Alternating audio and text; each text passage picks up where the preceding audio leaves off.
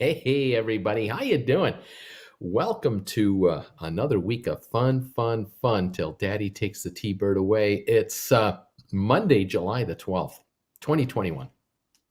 It's your buddy, Uncle Bruce here from Stock Markets with Bruce. I'm your best friend, and well, at least I think I am. How you doing? Welcome one, welcome all to the show. It's another week of fun. We've got the Dow showing a little bit of a negative start to the day. I don't know if it's a serious thing, but it's a slightly negative bias this morning.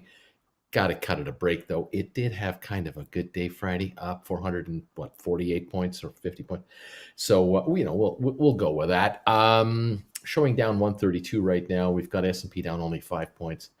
Nasdaq is up 56 in the pre-market. So it's a mixed start. We could have an update today. We'll see.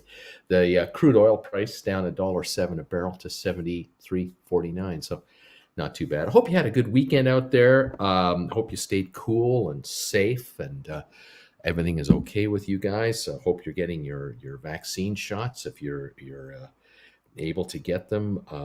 That is a blessing, and I hope you're doing just fine. Here in Canada, in Creston, we are doing great. There are forest fires in British Columbia as a province. The good news for us here in Creston is we are right at the U.S. border, just north of Idaho, and in the southern interior where we are, the absolute deep south of the interior, obviously, we have nothing here to worry about. We have a little smoke in the air that we can see. I mean, there's a bit of, we see the mountains around us, but it's not as crisp and clear as it usually is. That's the sign that there's particulates way up there. But no fires in this immediate area. We're warm, we're dry. We're going to be all week long. We're going to be in the 90s for the highs all this week. But we're safe and we're fine. Here at on this channel, oh my gosh, what a weekend we just had here.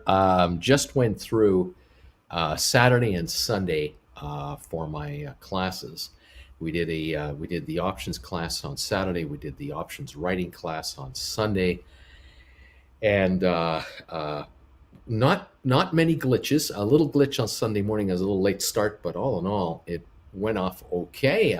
Everyone seemed to have a good time. Jennifer was an excellent moderator, as she always is, and she kind of handled all the questions that came in. She would read them to me and kind of gather them up. It was great, and everyone seemed to have a really good time with it. We now have on the Stock Markets with Bruce website, both classes are now up and they're available for viewing. You just hit the PayPal button and pick up your copy and enjoy it. And I think they're about 2 hours long or something. There's a lot of info here. You will not you will not feel like 15 minutes. What all that for 15 minutes? No, 2 hours. There's a lot of info in there. All you have to do is tolerate this guy writing with markers on a whiteboard, and he's apologizing as to how god awful his writing is, and you also have to tolerate the big old bald spot in the back of his head. I should get one of these chia hair things, spray that on there. Yeah, you won't see that. So you might need to wear sunglasses, is what I'm telling you. You might need to wear sunglasses to watch my classes, because you got the shine off the front as always. Of course, you're used to that here. And then you got the shine off the back every time I turn around. But all in all, seemed that everybody had a good time with it. And I got a lot of private message from folks over the weekend, on Saturday afternoon, evening, Sunday all day, Sunday night, saying they really enjoyed the classes, found them really informative during the day or during the classes. A lot of positive comments and epiphanies, one after the other, epiphany and epiphany and epiphany. People going, oh, that's what you're talking about. Oh, we were getting these. Oh, that's what that is. And they quickly figured out, now I know what all the fuss is about. Now I know why these folks out there want to buy call options or want to write options. Now I see what you've been talking about on your channel here.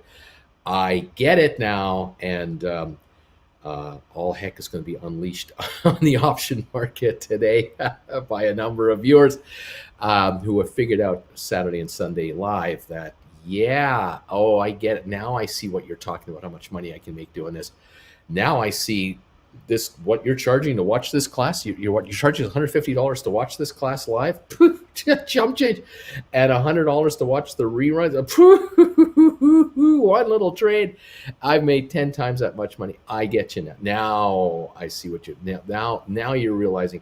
Yeah, this 40 odd years experience this guy has is kind of coming in kind of handy. I watch a lot of these other YouTubers out there who are 24 years old and 23 years old and 26 years old and never had a securities license and we've never had a client. I get it now. Now I know why people like watching this old man. Yeah, he talks about actual real life and what really can be done. And we used real examples on the show. Nanette, thank you, Nanette Schroeder, for joining. The female count on this channel is skyrocketing. I love having the gals coming in here. It's fantastic. A lot of ladies are figuring out the options market and how to write call options against their stock. And they understand now, why does Bruce keep talking about these SPACs? Why does he keep telling us to buy long-term contracts? And then he talks about us buying more stock and writing options. What is this all about? And now you get it. And you're going, you can help me quit my day job. That's what you're telling me about. Oh, I get it. I'm in, man. I'm interested in this. And I say, welcome to the party, pal. Nice to have you all joining us for your future. And your future could be very bright. And your future can be yours. You will be in control of your future. This weekend, we will have 2 more classes, Saturday and Sunday. I will send out a message to all members later today, giving members an invitation, first dib invitation to come in. As we always will, always have, and always will, members will receive private member alerts. So if you become a member of this channel, just like our friend here, Nanette, you're going to get a private message later today that will invite you in to our next 2 classes, this Saturday and this Sunday at noon Eastern time. Expect about 2.5 hours, so roughly, of your time. Highly entertaining.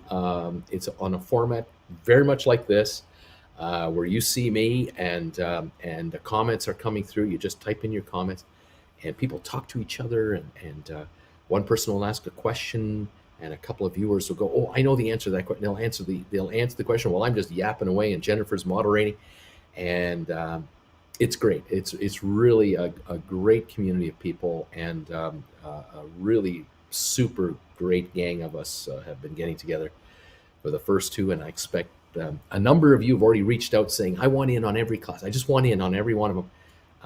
This is my new Saturday, Sunday routine. I'm definitely in, and so fantastic. Those of you visiting the website, I hope you like my website. It's stockmarketswithbruce.ca, stockmarketswithbruce.ca.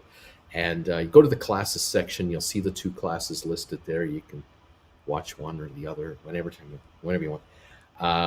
And thank you all for your help and for your tolerance and your patience. I can guarantee you that next weekend we will not have the classes will not be up on the website within 24 hours. I can guarantee you that, because we have figured out, between my editor and I, the amount of work required to edit a live class that can be 2 hours plus down to 1.5 hours or whatever is gargantuan. And next week we'll do the classes on Saturday and Sunday, but you're not going to see the Saturday and Sunday classes until probably next Monday at the earliest, simply because of the absolute massive amount of time required and work required. My editor worked all weekend on both of these edits, and she's just a trooper. And I'm so grateful for her. She said, "Oh yeah, the first 2 I'm there for you. I'll work Saturday and Sunday to get these up." But I told her, I said, from now on, I want you to have a life. Unlike me, I don't have a life, but you should have a life. You have a family, and you have a daughter. Let's just go Monday to Friday here, and it's all right. It's okay. The website is up and running. The videos are now up, and they're coming on. We'll keep uploading them, and it's all good. I will announce to the world when number 3 is available, and when number 4 is available, and number 5 and 6. Anyway, there you go. Thank you, everybody, for all of your kind words and support. And like I said, I think the classes went well from everything I've heard. From some of my class, my students are here right now, and some of them might comment and let you know how what they thought about the classes. Stocks. What are our stocks doing today? Let's get back to the markets. We have the Dow down 136 in the pre-market, S&P down 4.9, NASDAQ up 57. We've got SOFI right now at 1654 on the pre-market, showing a gain of 9 cents.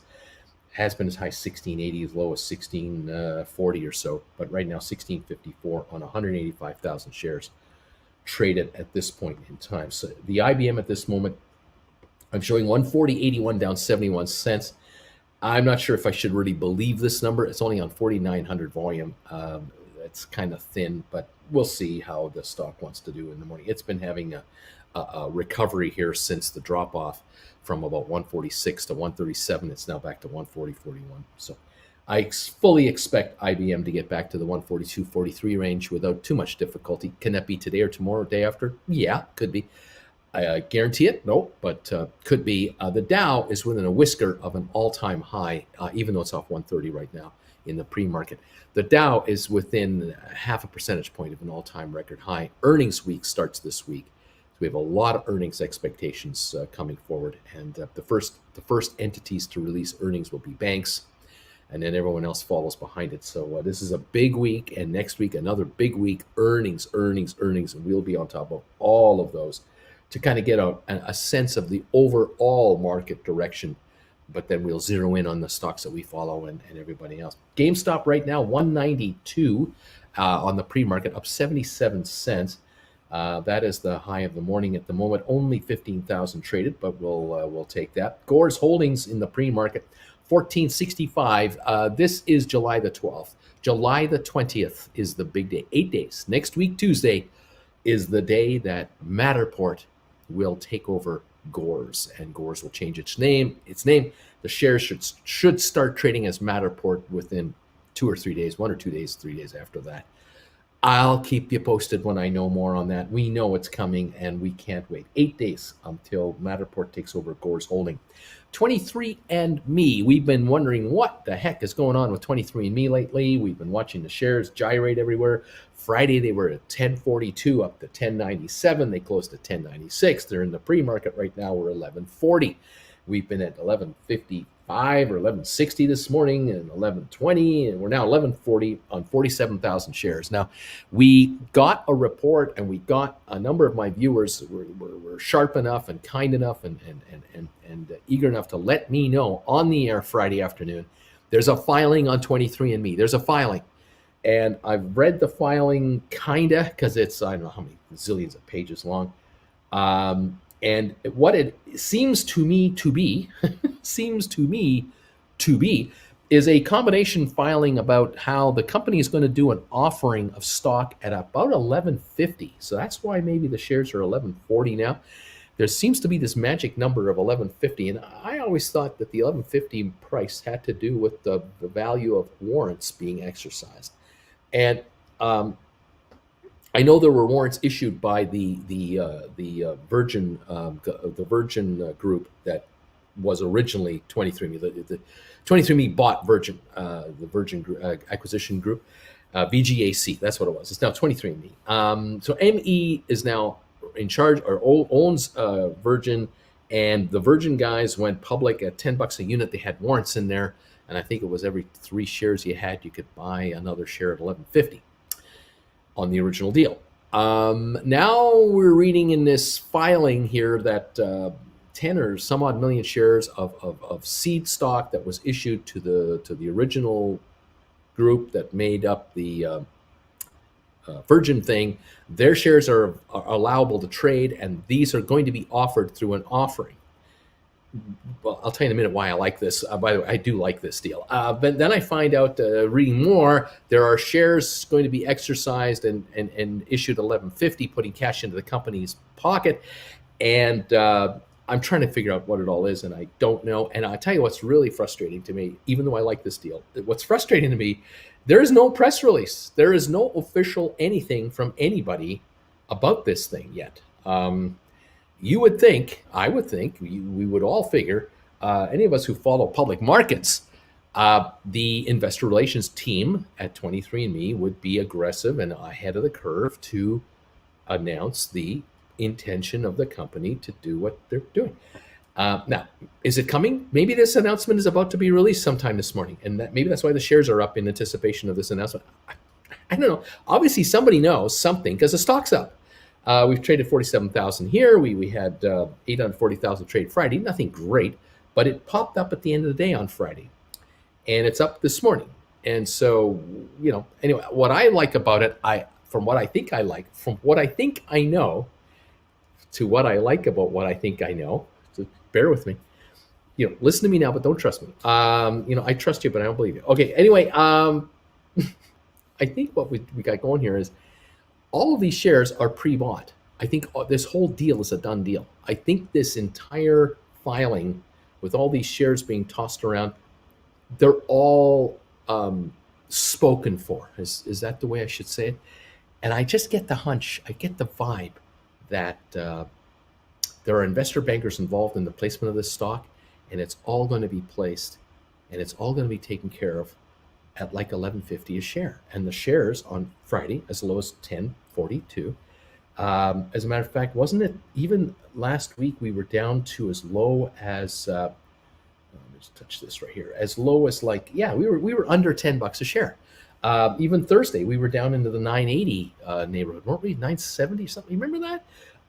We were under 1050 and under $11 all last week, and this deal has been cooking. And I was saying to you folks, you were asking me, Bruce, why is it doing this? Why aren't they talking? Why aren't they saying anything?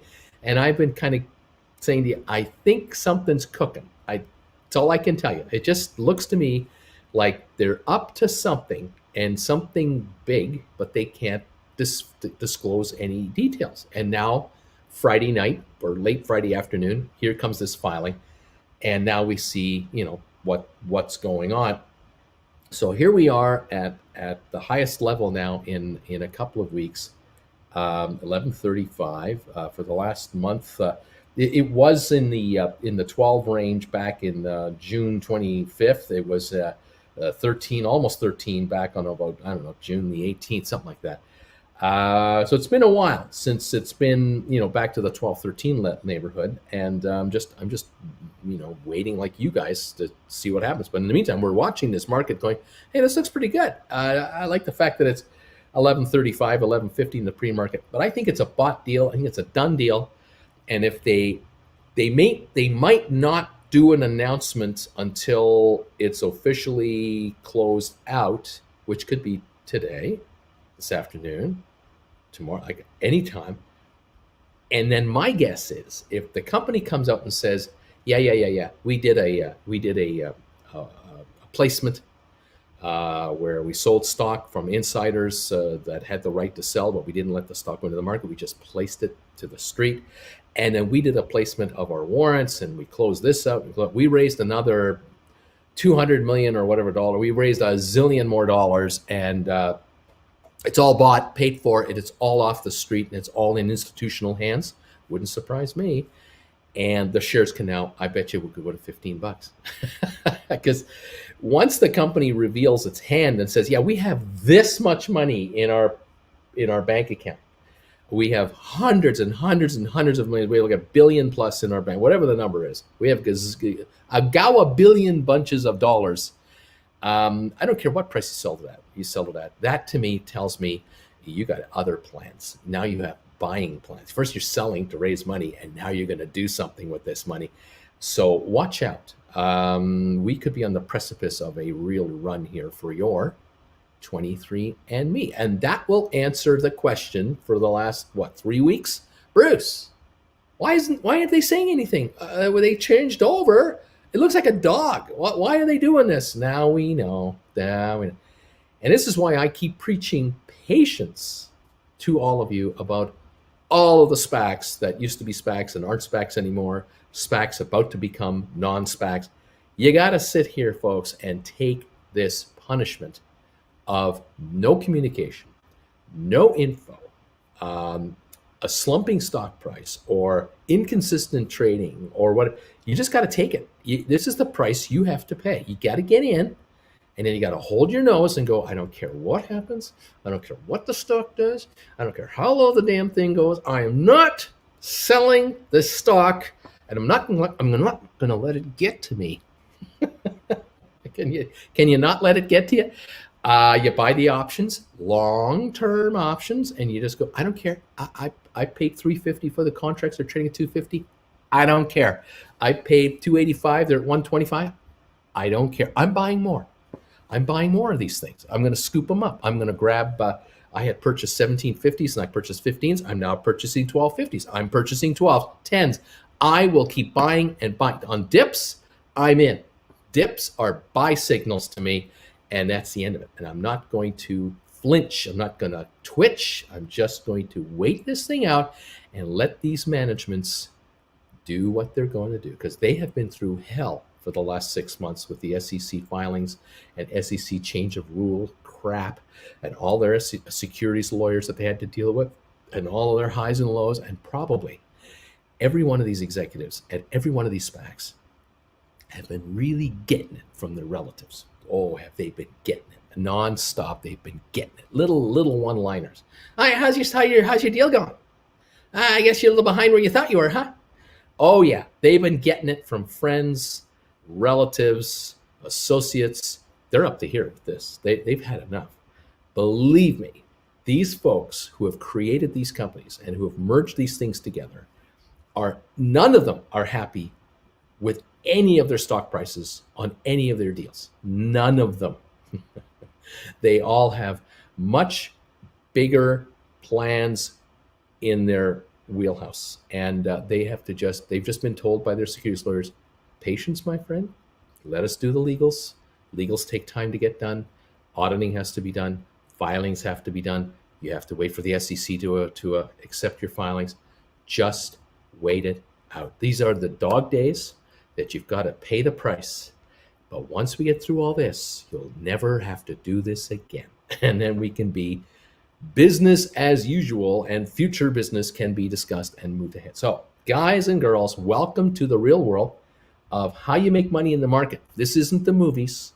We don't do everything in 90 minutes and take you from the poorhouse to the penthouse in 90 minutes. This is real life, and it takes time to let this evolve. So we're here, and we're going to keep watching it, and we're excited, and there you have it. Okay, ATIP up 15 cents, but no volume to get excited about, 876. So let's wait for the opening. VACQ, what do we got on VACQ right now? We're showing 1155 up a dime on 76,000. Is that accurate? Yes, it is. That is accurate. Excuse me. This will be Rocket Lab. We are waiting for Rocket Lab to announce the deal, the shareholder vote. We want to know when will the merger happen, and we're waiting and we're waiting and we're waiting, and we're watching Richard Branson go to space, and we're listening and watching. Bezos looks like he's going to go to space, and Rocket Lab, we know, is going to take over this company. We know it. We just don't know when. The stock's 1155. It's telling me it's ready to go. So as soon as I know, you'll know, and we'll we'll go from there. That's all I can do. All righty. Quick peek at. Let me take a look here at the rest of these stocks. Again, 23andMe now up 34 cents at 11:30, and we'll see what happens there. Waiting for my computer to reload this quote. Come on, computer, give me the new quote, and then we can follow these other stocks. What we got? The Dow down 110, by the way. S&P down only 3, and the Nasdaq now up 60. So that's actually getting better. All right. Okay, SVAC, Starboard Value Acquisition up a dime to 10.10, but no volume there. We're waiting for the Sykestra shareholder vote announcement there. Fifth Wall Acquisition, I love calling this Fifth Wheel. Fifth Wall Acquisition is $11 at the moment on 10 shares. So let's forget that quote. We closed on Friday at 11.97, and I fully expect the stock to open in that neighborhood. So we'll wait for that. AMC right now closed at 46.19 on Friday. It's 44.75 at the moment. Has been as low as just under 44. 1.2 million traded.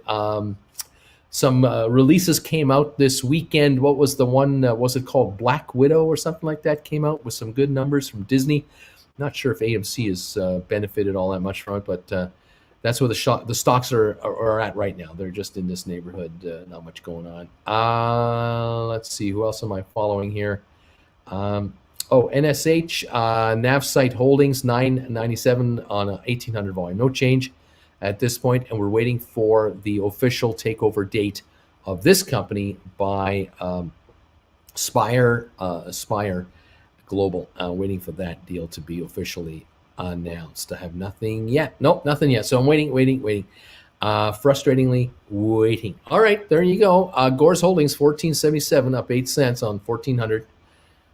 We can't get excited yet, I'm sorry to say. 23andMe is the one we'll keep an eye on, along with the SoFi, to see what these guys are doing. 23andMe just had a couple more thousand go through here at 11:30, it looks like. And the SoFi shares in the pre-market right now, let's see. Spoke too soon. I thought my computer would be reloaded by now, and it wasn't. Here it comes. SoFi closed at 16.45. It's 16.57, up 12 cents. 218,000 volume so far this morning. No news, no official announcements. But to me, my personal opinion, SoFi is so oversold that a snapback rally of $3 or $4 a share would not surprise me at any time. Will it happen in the first 15 minutes of the opening? I don't think so, but it would be nice. But I don't think so. We'll see what it wants to give us. Anyway, there you go. What's going on? Let's see. Christopher is saying, stock markets with Bruce. Bruce, GameStop took me from the poorhouse to the penthouse. Right on. Good stuff. Let's see. Welcome all of you to the channel today. A lot of you talking to each other, which is great. Nice to see you here. And let's see what else is going on here. Let's see. Leon, good morning all. I'm out of town trying out for a new job this week. I have to wake up an hour earlier than I usually do. Hope we make good gains today. Right on, Leon. Good luck to you on your interview. And let's see what we've got going. So let's see. Thank you, everybody, for popping by and saying hello this morning. Joining us, 954 of you are here on the pre-market. We got 30 minutes to go before we open it up. We're only down 100 now on the Dow. We were down 135 or something when we first started yapping here. Down 100 now. S&P down 2.9 points. NASDAQ up 58. Oil down 80 cents a barrel. The Treasury yields have slid a little bit again this morning. The interest rate, that's good for the markets. There just is no immediate worry going on in the bond market of a spike in interest rates. There's no indication whatsoever. The big news this week will be earnings. Today, tomorrow, Wednesday, and beyond, and all next week, we will be getting a plethora of second quarter earnings updates, and we are looking for some substantial pops in earnings year over year from second quarter last year to this year. Now, think about it. Second quarter last year, well, April, May, and June of last year. What was happening April, May, and June of last year? Oh, I remember nothing except panic, because we had just gone through the market debacle, the backing off of the market in March, and the slow recovery in April, May, June, and July. But the earnings were under pressure a year ago. So a lot of companies today or this week and next week, will probably offer or report earnings that are going to be substantially higher than last year. Well, yeah, no kidding, Sherlock. If you're in the retail market and every store you had last year was shut down, mandatorily closed, did you do any sales? No. This quarter, the second quarter, we've had mainly everyone opened up again, certainly in the U.S. and mainly in a lot of Canada. And so, yeah, money is flowing. More money is flowing. And we've had 2 or 3 stimulus payments go through since last year as well. Don't forget that. So we should be seeing some serious numbers coming through right now, this coming quarter. And this quarter that we're in right now, the third quarter, will be phenomenal as well. And the fourth quarter will also be phenomenal. Because when you compare it to what we had a year ago, how can you not make more money? I mean, really, how can you not make more money than a year ago? So we'll watch for all of this. Banks should be coming up with some earnings later today. All right, there it is. Anyway, we'll see what's going on. Here we go. Ascendant Capital adjusts GameStop price target to 25 from 10. Still reiterates a sell rating. Well, at least they've made a 2.5 time improvement in the projection of where the stock could go. It's awful nice of them to give us their time and put in all that effort. Incredible. Top of the morning to you, Uncle. With crash fears rising. I don't know about crash fears rising. What are you talking about? Do you have any stocks that you're considering havens for your capital? I don't know about a crash fears rising. Perry, I think you're making this up. Stop drinking stuff in your coffee. Hi, Bruce. Do all stocks plummet during a market crash or in certain areas? Market crash? What market crash? Where is this coming from? VACQ popped 20 cents roughly in the pre-market. Dana saw that adjustment. Hilarious. Bruce, would you buy calls on SoFi for 1750 strike for January 22nd for 380 last price on Friday, or just buy the shares? I would be looking at, I think on SoFi, let me double check something here. I'd be looking closely at 15s. Even if they're a little over $4, I'd be buying the 15s because you're in the money, $1.50. A $1 move here to 1750 puts you 250 in the money with all that time in front of you. Whereas with a 1750, a $1 move from here will only get you to 1750, and it's still all premium. So I would look at 15s. Failing those, I would consider the stock at 1651. Yeah, because that is like an option that never expires. You just don't get the leverage, obviously. If you can buy a contract for like $450, say $450 a contract for a 15. I don't even know what they're trading at. It's too early probably to know on the pre-market quote. But if you can get that contract for $430, $450, you're paying $450 leverage on 100 shares. If you want to buy 100 shares, you got to pay $1654. Now, if you have $1,654, you can probably buy 4 contracts on the 15s. I hope if you can get 4 $15 contracts for January, that would be 4-to-1 leverage, right? Instead of 100 shares of leverage with 100 shares, you got 400 shares of leverage on the options that are in the money right now. I like that deal. So let's see how the stock wants to do, and let's see what you can do on it. All right. Thoughts. Let's see. People are asking me what stock I don't know about. On the fly, just now, Gore's Holdings remind stockholders to vote in favor of the business combination with Matterport. Right on. GameStop's about to blow up. Okay. Robert Bruce, what do you think about Wells Fargo stopping all personal lines of credit? I'm not sure what this... I don't know, to be honest. I really am not into this info. Obviously, I don't follow Wells Fargo as an investment and so on. I really don't know what to make of it. They probably have their reasoning.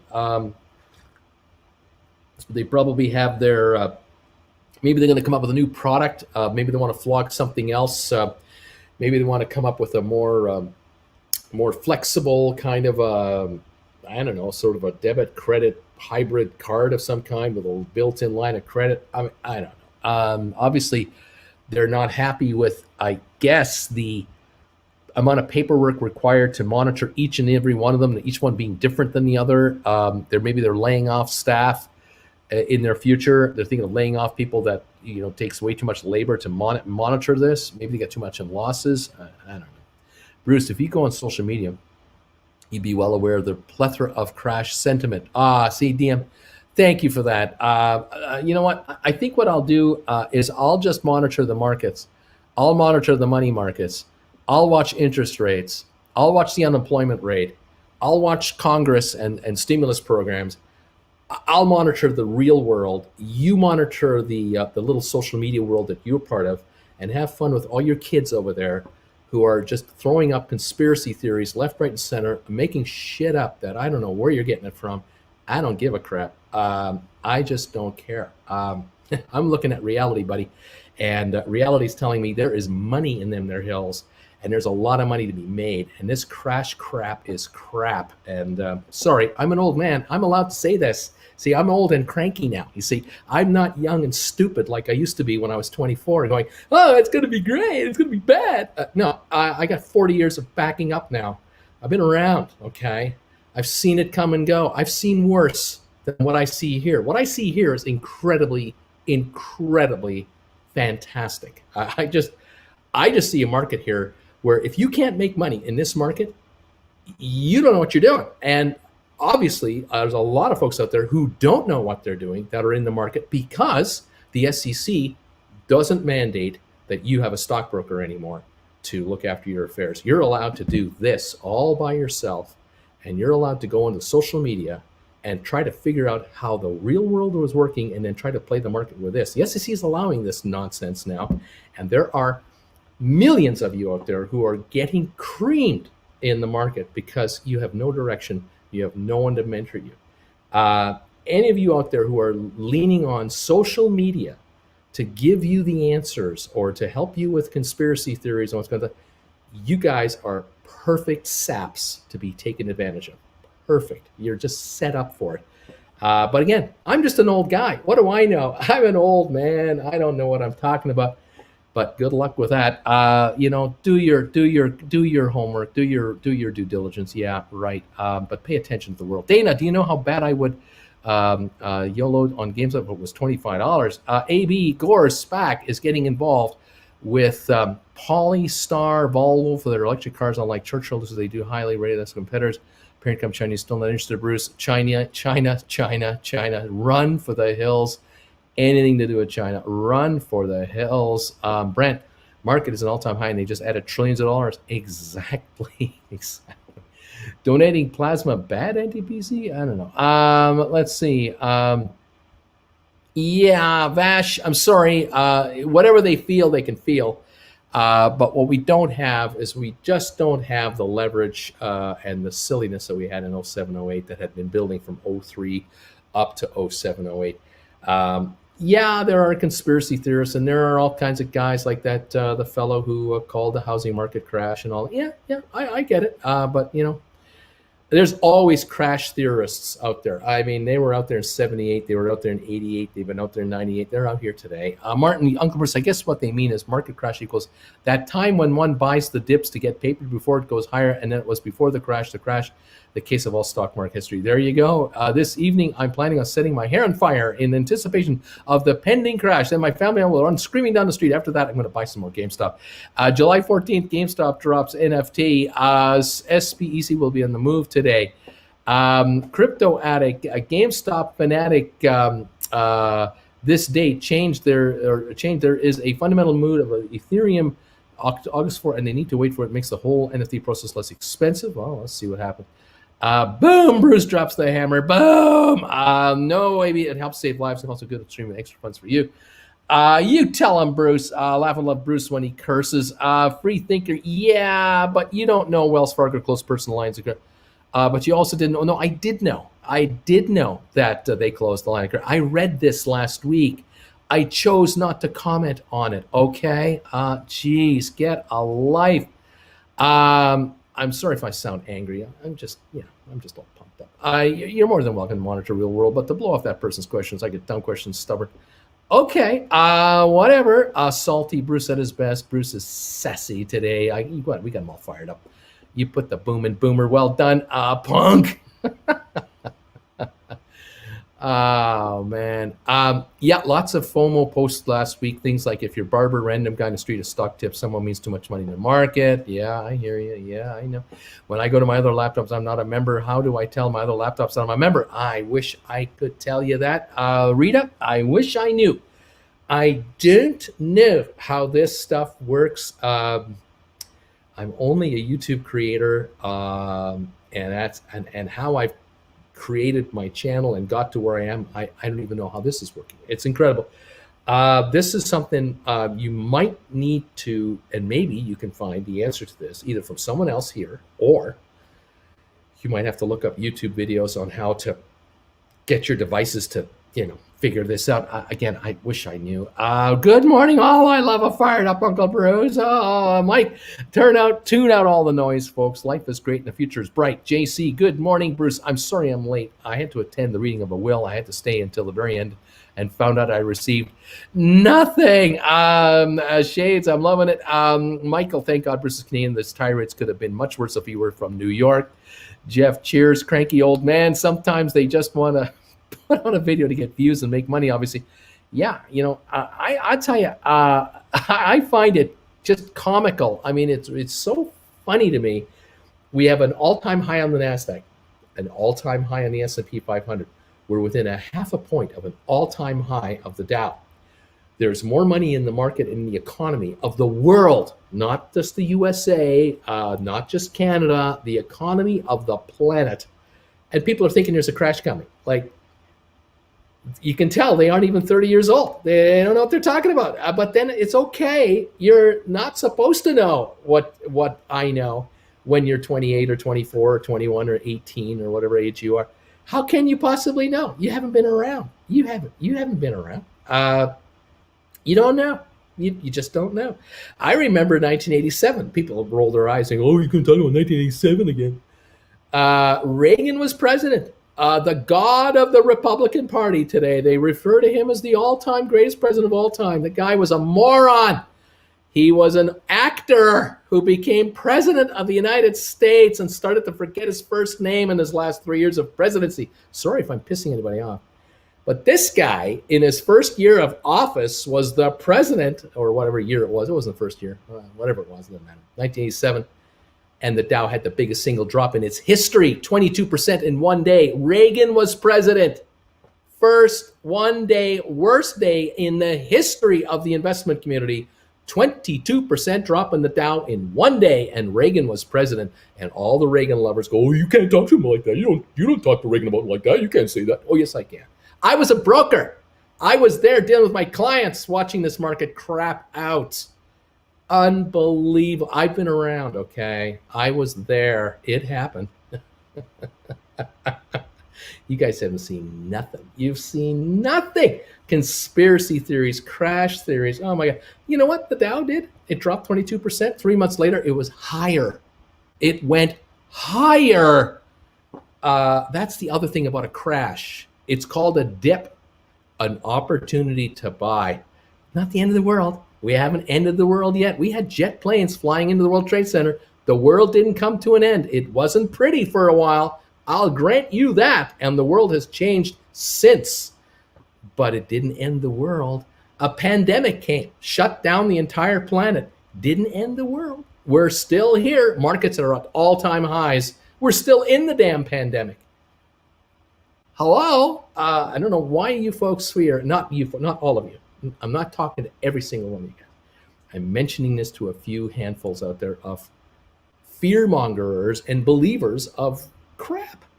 The world doesn't come to an end. The world wants to be paid tomorrow. So if you owe money to somebody, you owe money to a bank, and you're hoping the end of the world is coming so you don't have to pay the bank, forget about it. The bank is coming for your money. They want to be paid. I have no idea what I'm doing. What are we doing? I have no idea. Thanks for the Saturday class. Thank you for coming to the Saturday class. I really enjoyed doing it. The market's perfect right now. Social media is a cancer. Uncle Bruce has square balls. Love them. Ciao from Italy. How do I buy the Saturday course? Is it available yet? Yes, it's available. Just go to my website, stockmarketswithbruce.ca. Just go to the website. Go to classes, the link at the top, and you'll see the classes listed there. Hit the PayPal button. You're on your way. Let's see. Thank you, everybody, for being here. You know what? He might be 4'8", but he's got cojones of a 7'2" bodybuilder. Eventually, they're right. They're never right. The crash guys are never right. They call for a crash, but what do you think's a crash versus what someone else thinks is a crash? 1929, was that the crash? The crash didn't happen until 1932. Just a little history, okay? A little history. Not that I was around, but I studied it. The crash that we all hear about is 1929. But the reality is the market hit the lows in 31, 32. That's when the market hit the lows of lows. The world is nowhere near the same anymore. Banking systems, nowhere near the same anymore. circuit breakers have kicked into the markets. Everything has completely changed out. You're never going to have a 1931-32 situation ever again because the system is completely rejiggered to not do it. They've learned. They learned from this. These economists and the market people and the bankers and the Fed and the Treasury and all the circuit breakers, they figured it out that, oh, okay, we now know what caused it. Bernanke, the head of the Fed, he figured it out, and he said, well, that'll never happen again, not under any of our watches. And that was repaired by the 40s and the 50s. That was all rejiggered. It's been done 70 years ago. This has all been rejiggered. That's why we haven't had another 1931, despite all of these calamities that we have all the time. We've never had a market do that since. Anyway, what am I supposed to do? I'm supposed to fight this? Social media is bad gossip. Well, there you go. Gosh. Well, maybe that's why it keeps me on the air, I guess. Peter says the financial market's about to be nuked. Yeah, okay. Yeah, sure. Is that Italian saying hilarious square balls? I'm so afraid of a crash, I will no longer ride my bicycle. There are people always saying it'll crash every day. Eventually, they're right. Keep in mind when the factor inflation markets are actually down anywhere near all-time highs. Punk, my SoFi going green. If there's a going to be a crash, maybe we should put our helmets, get our juice boxes out, and buckle up. Oh, and buy and hold, and then buy the dips right there. Shills. Somebody get Bruce a Snickers. He's all fired up. We need to give him a Snickers and calm that boy down. Yeah, that's right. I think we need like a Joe Pesci. I think I need Joe Pesci to come in here and have a chat with you people on my behalf, and then I can come back in after I have my Snickers. Do I amuse you? Do you think I'm funny? Oh man, Deb, why the face did everyone wake up on the wrong side of the bed? You know what it's like. He says change the channel. Go already. There you go. Stock markets with Bruce Citigroup initiates coverage with a buy rating on ATI Physical Therapy. Announces the price target $11. Okay, Rita, you gave a sign. You gave to sign up to YouTube on your other devices. You same username as we use for subscribe. What? You gave to sign in to YouTube on the other devices using. Oh, this is the talk about this other thing. Thumbs ups for Bruce. Thank you, everybody. Good morning from Haywood, Wisconsin, where it's 60 degrees. Must have been sassy pants sale over on the weekend. Snickers bar. Yeah, good morning. You tell him, Uncle B.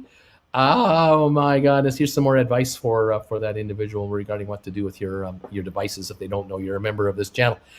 Okay, the law of averages says that you repeat something, sooner or later you go to the roulette table and bet black. The number's going to land on the black number. You keep betting it sooner or later, I guess. Do you do any voices or impressions? All-time high on margin debt. Uncle Bruce, I heard from another successful YouTuber. Someone watches a live stream and then another vid from the same person immediately after. It throws their algorithm into overdrive. I guess. I don't know. Dave, maybe. I've got to go fix some stuff for some people. Stay sassy, Uncle Bruce. Thank you, everybody. Cranking Uncle B says, get off my stock. I was born in 87. There you go.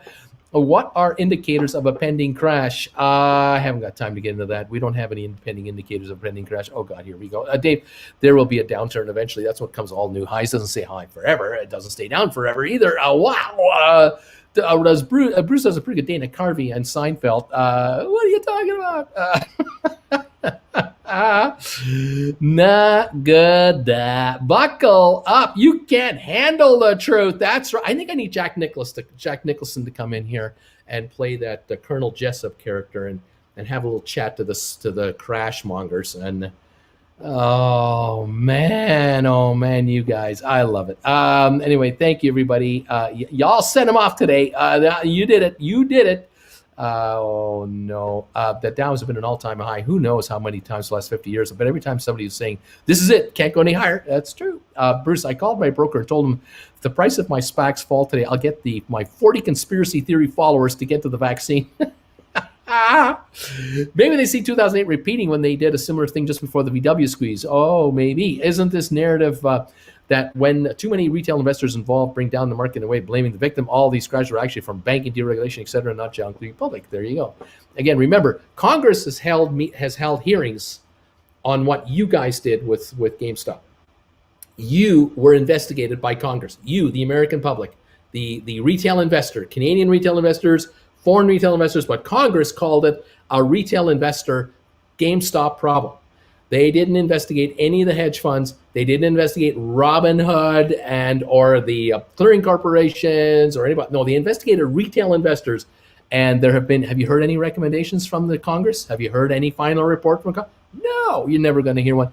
Reagan was really funny though. Oh, he was hilarious. Yeah, he was fun. Yeah. I mean, he was a good father figure. You know, he had that going for him. But his last couple of years, he was kind of out of it. And you know, by '93, you know, he didn't, you know, he didn't communicate publicly anymore because there was no way that was going to happen. And then he was kept out of sight. You know, yeah, Ronnie. Gosh. So we're starting our week with a dose of reality. Laugh out loud. Work out the knots. Uncle Bruce, you go for it. Aaron, Bruce, there's a Marcos strategist on Twitter called David Hunter. He's in his 70s, predicts a global bust next year, and stock market crash. This year, it's not just the youngsters. Oh, well, great. You found one. Yay! You found a 70-year-old. So, yeah, it's okay. Look, I admit, markets go up. Markets go down. They do. But this market is at its all-time high right now. And there's a whole bunch of cash coming into this market, a whole bunch more coming in. And if they pass this stimulus thing, if the Democrats can pull this thing off for the good of the country, they can pull off this infrastructure program to fix the potholes, fix the bridges, fix airports and seaports, and bring America up with an electrical grid that can, you know, get it off the duct tape thing that's on right now, and get America into 5G, and get America into the #1 position that it so rightfully should have. This is huge for job creation and for the American pocketbook. Your pocketbooks will thank you. But so many of these conspiracy theorists, they just won't go for it because if it's not Republican, it's no good. You see, if it's not a Republican idea, it can't be any good whatsoever. Yeah, well, all of a sudden there are Democratic potholes and there are now Republican potholes. I don't know. When I drive my car over a pothole, my car goes ka-thunk and it doesn't like it. And I tell you, it just blows my mind. Anyway, should be good, guys. Go get him, Bruce. There he goes again. I'm not saying I agree, but there's a lot of different ages of people with different views, and that's okay. I agree with you there. Bruce turned 30 yesterday. Best present, a stock markets with Bruce t-shirt. There you go. Howdy, y'all. Welcome all. Welcome all. You didn't like Reagan? I didn't hate him. I didn't hate the guy. There's things I liked about him.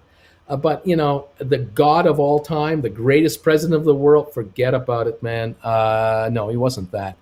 But then again, I was there. All right, I lived through that. All right, if you were suffering from AIDS in those early years, you didn't like him either because he didn't even use the word until his last couple of years of his presidency.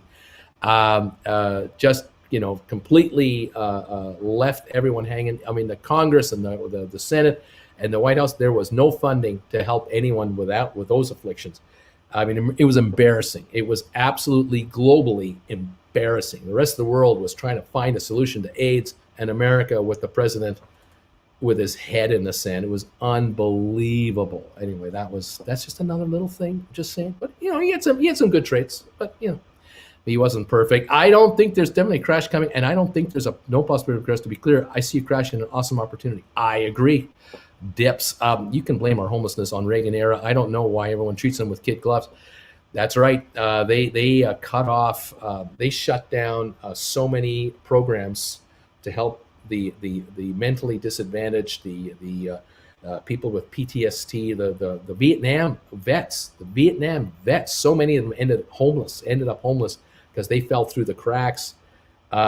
This guy, not him alone. The administration, the whole group of these guys, heartless, ruthless, and really changed America. Really, the homelessness really took off. Yeah, it was bad. Still underway. Crashes something like the housing market. Guy was a terrible actor. Well, he could do a speech. He could read a speech. Best way to start the day is with Bruce. Okay, I'm sorry, Ass. That's all right. I still love how he calls you Bama, babe. Oh my gosh. Like you know who. Uncle Bruce, breathe, please, breathe. We're getting ready to open here 5 minutes. Some YouTube that says the world is round. Grass, go figure. A recession crash is an opportunity to buy cheap. The poor guy had Alzheimer's, which I wish, my worst enemy, I don't wish. I agree. May he rest in peace. He had Alzheimer's. Exactly right. And the early signs kicked in his second half. In the second half as president, it started. The experts know. They all know. And the insiders knew because they restricted his access to the press and they restricted his access to anyone outside of his sphere. Absolutely. Yeah, no question about it. Can anyone say Xanax, calm down, T.O.? I think bagels are coming. Uncle's Reagan, the man. Hey, Uncle Bruce, who's your favorite U.S. President, Trump or Nixon? Who am I? Where are we? Oh, no. I also look at the markets post-crash. Rich, load up. It'll be the first thing to recover. The crash, fear-mongering doesn't take the increase in retail trade into account. It's going to continue to say potential crash can be pursued. Yeah, I agree. What the crash theorists don't want to maybe acknowledge or not taking into account, I'm thinking, is that back in '87 when we had a crash, it was like 1% of adults were in the market, maybe, and in 2008 when we had the crash, maybe 5 to 10% of adults were involved in the market. Now, I bet you 30% of all adults to 40% of adults are in the market. It's through this right here, globally. It's hundreds of millions, if not a billion people are now in the market and are coming. It's still coming. I mean, we're adding millions a week of new participants coming to this market. Some with $50, some with 500, some with 5,000, some with 50,000. All kinds of dollars coming from all over the place because this is the great equalizer. You don't have to talk to a human being to open up an account. You don't have to feel like you're asking stupid questions. You don't feel embarrassed asking a question that you might think is stupid. This is impersonal, and this is the great equalizer. And so you watch a guy like me or others like me or not like me, and then with this, and you start trading stock. Millions a week more are coming into this market. That's why there won't be a crash of any epic proportion because there will be all kinds of buyers looking for deals. And I think it'll temper the market because the market now won't go all red or all green at the same time. It will be a mix all the time. People thinking going up and down, think it's going to go up and down, think it's going to go up and down. And that just levels it off and mellows it out. That's just this old man's thought. But what do I know? I'm old. Classes are great. I recommend them. We had a good time, didn't we? We had two good shows and two good classes. We'll have two more this weekend. Alerts coming out later today for members. It's absolutely certain another economic and stock correction are coming. Just a question of when and how to ride the roller coaster today, tomorrow, next week, month, or year. What are the next classes you're planning? We'll be announcing them later today. Your videos made my night last night. I couldn't stop laughing at Bruce laughing at Larry Titus. I love that one. You enjoy that? JC, I got to say thank you to JC. JC uploaded a couple more parody videos of yours truly and put them up over the weekend. So if you get a chance to check out JC's video channel, you'll catch Uncle Bruce at crazy moments. Taco Bell is 15. Okay, Martin, it won't be the end of the world. If it is your stock price, probably the last thing to worry about right there. I read that the YouTubers who put stock crash on video headline immediately get thousands of views, so I can see how keeping the narrative keeps going. Yeah, clickbait. It's clickbait. Everyone does it. New York Times does it. Wall Street Journal does it. These writers do it all the time. They clickbait you. Anyway, click link at the top. I don't see the link. What link at the top? Link at the week. Just go to my homepage. Go to my website, Bruce stockmarkerswithbruce.ca. You'll find the videos there. The classes will be there. I blame Jen. She gave Bruce Pepsi this morning. The caffeine is causing him the moon, says JC. Hey, everybody. All righty. Thank you, everybody. Thank you. Let me catch up with you guys. We're going to open here in a minute. The Dow's down 104. S&P down 1.6. NASDAQ is up 64. Okay. Love you. I love these Texas Republicans. They advanced new voting restrictions over the weekend. You got to love these guys. Oh, yeah. Maybe you could fix your electrical grid. Maybe you could focus on that. I think there's a few Texans who would kind of appreciate that. I don't know. Maybe it's just me dreaming. Maybe the kind of people that vote is why the electrical grid fell down. Maybe that's what it is. Maybe Texans certain Texas legislatures have a different view of reality than others. I don't know, kids. I don't know. I have so many incredibly phenomenal Texans that are in this channel who follow me. I love you guys. I just wish you had an electrical grid that was world class. because you deserve it. You deserve the best. You're paying for it. Are you ever paying for it? My gosh, I don't know if you're getting value for your money, though. Stop trashing Republicans. Okay, Democrats are morons, too. You happy now? We got them all. There's good and bad. There's crazy and goofy. What can I say? It's just the world. Welcome to the world. Bell pepper for spicy dip incoming. Okay, here we go. They made the citizens wait 15 hours to testify and register complaints against it. What can I say? Let's see. Doesn't Texas still hold the top donation? I think he does. I think Texas has the top donation on one of those drinking nights. Not the all-time, but yeah, way to go. I love you. Love my Texan viewers. Love you. I think I got to let go of Leon's comments.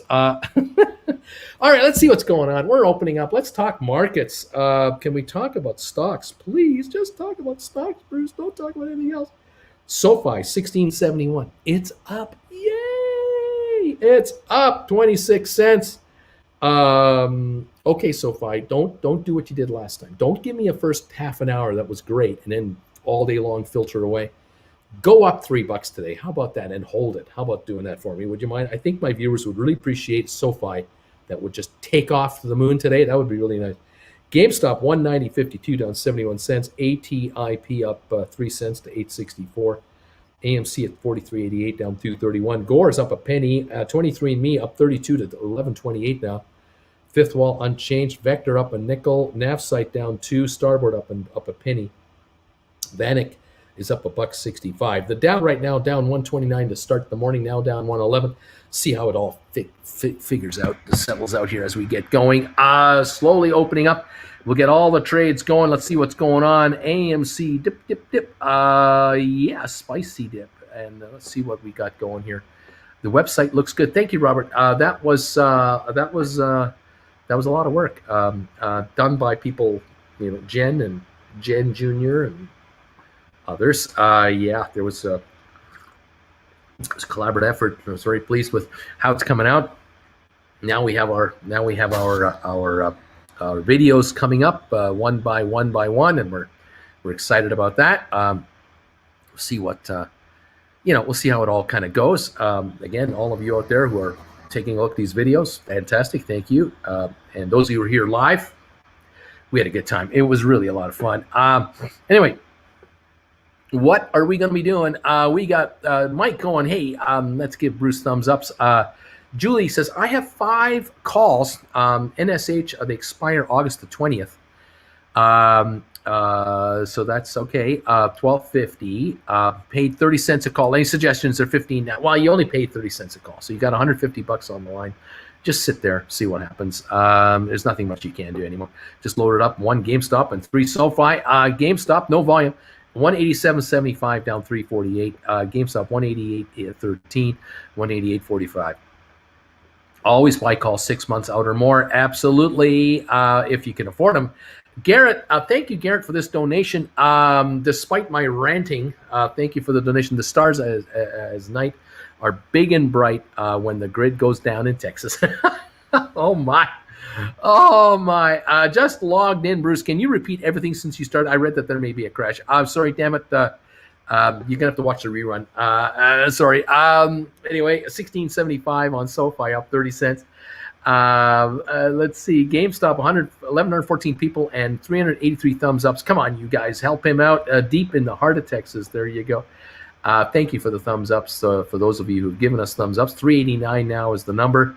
34 on the downside. The folks who think I hate the Republicans are giving me thumbs downs today. What are you gonna do? Let's see. We need a couple of good zits today, and this week we've been beaten, bruised, but we're like William Wallace, and we'll bounce back. Let's go, Bagel Crowd. That's right. We're coming back, baby. We're coming back for more. You're never getting rid of us. We're gonna go higher on this market. SoFi up 28 cents to 16.73 of the volume now 960,000. 16.74. That's a high of the day here. GameStop 187.80. ATIP unchanged. AMC down $2. Gore's unchanged. 23andMe 11.20 on up 24 cents on 190,000. Very quiet there. Unchanged on Fifth Wall. VACQ up a nickel. Navsite down 2 cents. The Dow down 106 points. S&P down 1.4. Nasdaq up 66. That's where we're at. right now, everybody. Damn it, Jam says fair again. John, Cheese Whiz would come out with bacon flavor for bagels. Sorry, I'm hungry. Rob, they can take our attendees and potential gains, but they can never take our stocks. Hold on. Christopher, I remember frozen ice on ceiling fans in February. Then people got billed 13 grand in electricity fees. Yeah, no kidding. Wavy Gravy, you know, when you first start a YouTube video, you have to watch at least one ad. Well, today my ad was SoFi. I couldn't bring myself to hit the skip ad button. Thank you for that. That's great. They're advertising SoFi on my video. That's great. I love it. Do I have to sell to close a call when it's only worth pennies? You don't have to ever sell a call ever. You don't ever have to buy a call or sell a call at the end of its life unless you want to. So, Rita, it's totally up to you. It's your call. If your calls are a penny a piece at the end, you might be charged that much in commissions, which means you'll get nothing. But if they're a nickel a piece or a dime a piece, you get $5 or $10 a contract, cost you $1 a contract to write them or sell them or whatever. You'll make a few dollars out of it or get something out of it. Keep an eye on it. Your gun is digging into my hip. Julie, okay, one call on NSH expires November 19th. Strike is $750. I paid $255. What are your suggestions? It's $280. Okay, NSH stock is $996. Your book value is almost $250. I would hang in there and not do a thing. I just sit right there and enjoy the ride. If your stock goes to $12, that call is worth $450 plus probably $1.50 premium. It'll be worth $6. You got a nice little profit coming your way. Nice. B Fitz, I feel like because I didn't join in on the class, I shouldn't ask, but what's the difference buying an in-the-money call or an out-of-the-money call? For SoFi, a $15 call is $480, and a $17.50 is $390. Now the $17.50 is out of the money, and the $15 is in the money, right? Stock $16.78 right now, up 33 cents. So what is the difference? Well, if you buy the $15 call, which at the moment is $1.79 in the money because the stock's $16.79 right now, you're paying, let's call it $1.80 in the money instead of $1.79 for easy math. You're paying $3 for that $15 call over and above its book value, right? Just went to $16.83. You're paying $2.97 premium over and above the book value. The $17.50 is out of the money right now by 67 cents or something like that. So the $3.90 is all premium. There's no book value in it. That's the only difference. Of course, one is priced cheaper than the other. I would recommend the 15 if you can afford the 15, because you're buying $1.80 of value, of book value now already. So there's only $3 of premium on it, where the other one has $3.90 premium on it. But it's for some of you, money is the issue, and you can only afford one call. You only have $400. Well, you'll have to buy the $17.50 then, if that's what you're going to do. All right. Okay. Bruce, if you put on some orange face paint and keep shouting at your viewers, we might have to rename the channel Stock Markets with President Fart. I mean Trump. Or if I put orange and brown lines on, I could be like Mel Gibson, freedom, like Braveheart, who knows? Mike, damn it, Jim. Bruce pissed off Texas. I did not. Spice selling off long SoFi. I love Texas. When we're moving back to Texas. I think Texans are fantastic. I hung out with a guy from Texas when I was in the Cayman Islands. He was a coworker of mine. He and I became buddies, and we shared stories. Oh gosh, we shared stories. And Friday nights we get together. Usually maybe once every couple of weeks. Friday nights after work, we pile over to his place for a barbecue and watch some TV. And then on Sundays, I get him to come over to our place, and we had a pool and a jacuzzi, and we'd watch some NFL football, and then hit the pool for a while, and hang out, get the barbie going, talk Texas, and talk the markets, and talk America, and talk Canada, and talk the Caymans, and got to know each other really well. He was just a great guy. I miss him. Ona, here we go again. GameStop down 223. It's 188.83 right now on GameStop. Chris, what happens to shareholders in the event of bankruptcy, but they get bailed out? Yeah, this is one of those almost never happens stories, except for Hertz, and the Hertz story is the Hertz story, and I don't have time to get into it. B fits the premium you pay is the difference of the stock price. KB, IBM is up a bit. See, there you go. I like to hear that. Let's take a look at IBM here. Well, it's down 20 cents, but it was down to what, 40.12, and now it's 141.32. Yay! Not bad. Only down 9 cents. I think it's going higher. I really do. I think IBM is going higher, and all of you who bought options on IBM on that dip, I think you're going to do very well. Congratulations on all of that. Damn it, Jim. Mike Sullivan, best summary ever. Drew is whatever. I sold a cash secured put on GameStop. July 30 strike 220 at 40.69. Any thoughts, Uncle Bruce? Okay, so you sold a put against the GameStop at 220. So in theory, you could be sold the stock at 220. You're obligated to buy 100 shares at 220. If I got my bearings straight here, but you got paid $40 up front. So 180 would be your net cost because you received 40.69 in. You'd have to pay 220 for the stock, which means you have to come up with another 180 bucks. It's at 188.16. So you see what's going on here, folks? He's thinking, well, if they make me buy it at 220, I make a profit of of the difference. I make a profit here of 8.16. Right now, the stock at 187.94. If the stock goes to 200 and they still make me buy it at 220, I have to buy the stock at 180. I got 40 given to me, so there's the 220. I buy the stock at 220. I got 40 given to me. It's going to cost me 180 net. But if it's trading at 200, I'm ahead $20. This is the strategy. So he's looking for the stock to go up or not to go down too much further. There is your strategy. You can make money doing this. Dave, nothing concerning if they say publicly traded, otherwise bought out at a price. I don't know what's going on. Nothing happens. Okay. Let's see. Let's move on. Does SoFi not offer options? Yeah, there's SoFi options, of course. Yeah, of course there's SoFi options. Let's see. He just gave me a new idea for an emoji. Freedom. Stocks are a reflection of a company on the open market. Aaron, that's the way. Keep the mood light, Brucey. We can all laugh at ourselves, each other, without getting offended. Different opinions are fine. Exactly. Based on the company's paperwork, sales, profit, etc. Margia, thank you for the super sticker. Appreciate it. A company doesn't dictate its stock price other than an IPO, but it was set by the market willing to pay regardless. That's right. Keep in mind, too, folks, that when you buy and sell stock in the open market, you don't make the company any money. You don't cost them any money. You don't make them any money. You buying and selling stock in the open market is your guess of what you think the stock is worth and where it's going. That's all it is. So GameStop right now, 188.65 down to 58 a share. That's just the moment-to-moment reflection of what the market thinks the GameStop share should be trading at. Is the market right or market wrong is irrelevant. This is what the market thinks. 188.65 at this second in time, and it changes all the time.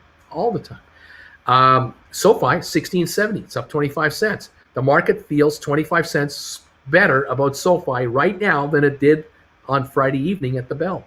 That's all this means. Is SoFi richer because the stock's up 25 cents? No, it's not any richer at all. Is it worth more money? Yes, the company is worth more money. Because you multiply the stock price by how many shares are outstanding to get your market cap. The market cap of SoFi is higher by about 1.5% right now at 25 with a 25% gain. Okay, but doesn't make the company any more money. It doesn't generate our revenues. These are shares that are out there trading now. These are the free trading shares that just trade, just like a house. If a builder builds a house, sells the house, and you buy the house from a builder, and now you sell the house 5 years later to somebody else, the builder gets nothing. But if the house goes up 100 grand in value, you make the 100 grand in value. The builder gets nothing. You paid the builder for the stock, for the house. Now what it trades at is up to you and the market, the real estate market. And that's just like with stocks. Stocks are like homes that were built years ago and sold by developers and are now trading in the open market. That's all this is. Now, you live in a good neighborhood, and it's crime free, and there's public transit, and there's easy out transportation, and it's there's no factory belching coal dust into the air beside your house might go up in value, of course. Same with stocks. SoFi, people feel good about SoFi. That they're going to grow the company. They're going to make lots more money down the road. Maybe they'll be taken over someday by a big FANG stock, maybe. Stock will go up. Well, it's up 28 cents today. That's what happens. The company is no richer, but it looks a lot better on paper. And that's what we're talking about right there. Now, what can we do about making money? Let's go. Trying to get some, go up with your comments. Here we go. Bruce, one of my calls is a $10 SVAC for October 15th. I paid $1.05. Every day it opens with a bid of 0 and an ask of 145-ish. Any reason why this one never seems to have a realistic bid? It currently has a 10-cent bid. Nick, I don't know, except that the likely guess is the volume on the stock is so light that there's almost no interest in the option at the moment from the street, which makes sense because SVAC will not be a household name as soon as this company is taken out, right? SVAC is going to become something completely different, Starboard. So Starboard will change into Zextra, and Sykestra will be promoting themselves aggressively to the market because that they're going public for a reason, and they want to expand their business, and that's when your contracts will start to have an interest, a higher interest level. Market makers will then be all over the options, and they will call a tight option for you. So right now, for fun, put in a 20-cent bid. Maybe someone will hit it. You get lucky, and you score some $20 contracts. Cheap. No one else going to bid better. Why don't you? KT, hi Uncle Bruce. Is there any news on SVAC? I want to buy some calls. Not sure if I should buy January 21 $10 calls for $1.85 or should I buy 12.50s for $1.20? SVAC. Well, we're talking about that. Buy the 10s. But what I would recommend you do is don't pay $1.85 if you don't have to. If the market is $1.45 to $1.85, then put in a bid at $1.50. If the market is $1.05 to $1.85, put in a bid at $1.10. Just put a buy order in at a nickel higher than the best price you see now on the buy side. Just that's how I would do it. Be a stingy buyer. Don't be a loosey goosey buyer. Be cheap and just go nickel above the bid and see if it comes to you. You never know. I smell money. ME exactly doesn't affect the company's bottom line regardless. That's right. Stocks trade doesn't matter. 11.11 on 23andMe up 15 cents. Volume today on 23andMe 272,000 shares. We have nothing going on here volume wise, but the stock is higher. And I think we might have a good little run coming up here. 1672 up 27 cents on SoFi. GameStop's coming back on right now. 189.50 down $1.72. GameStop's getting better. It's based on the perceived value of the company, Dave says. Yes, that's what stocks trade. How do I remodel my stocks so I can increase their value? How do I remodel my stock? I want to see what John said. You write call options. Eventually you write it on. Lavish Koala, thank you, Lavish, for becoming a member of this channel. The newest, latest, greatest addition to this channel. I'm glad you're here. Welcome, my man. And let's make some money together. You'll be getting an alert later today about the classes this weekend. Welcome, Lavish. I'm glad you're here. What's up, Uncle? I just joined. Right on, Lavish. Way to go, buddy. Thank you for coming on here. I love it. Everyone's going to welcome you in. I love this. Fabulous. Welcome to the club of greatness. Oh man, I smell money too, says Anti-PC. I smell money. I smells monies. As do's, I smells monies. We're up 14 cents on 23andMe. We're down 2 cents on Gores. AMC down 213. ATP down a penny. GameStop 188.81 down 240. SoFi up 27 cents. Fifth Wall down a penny. Vector down 5 cents. Navsite unchanged. Starboard up 2 cents. Dow up 59 points. We've turned it around. That Dow turned it around, lost 120 at the beginning of the day, and now we're up 61 points, 180-point turnaround on the Dow. We're up 1.6 on S&P 500, and the NASDAQ now is down 4.8. It was up 60, so it's reversed. Go figure.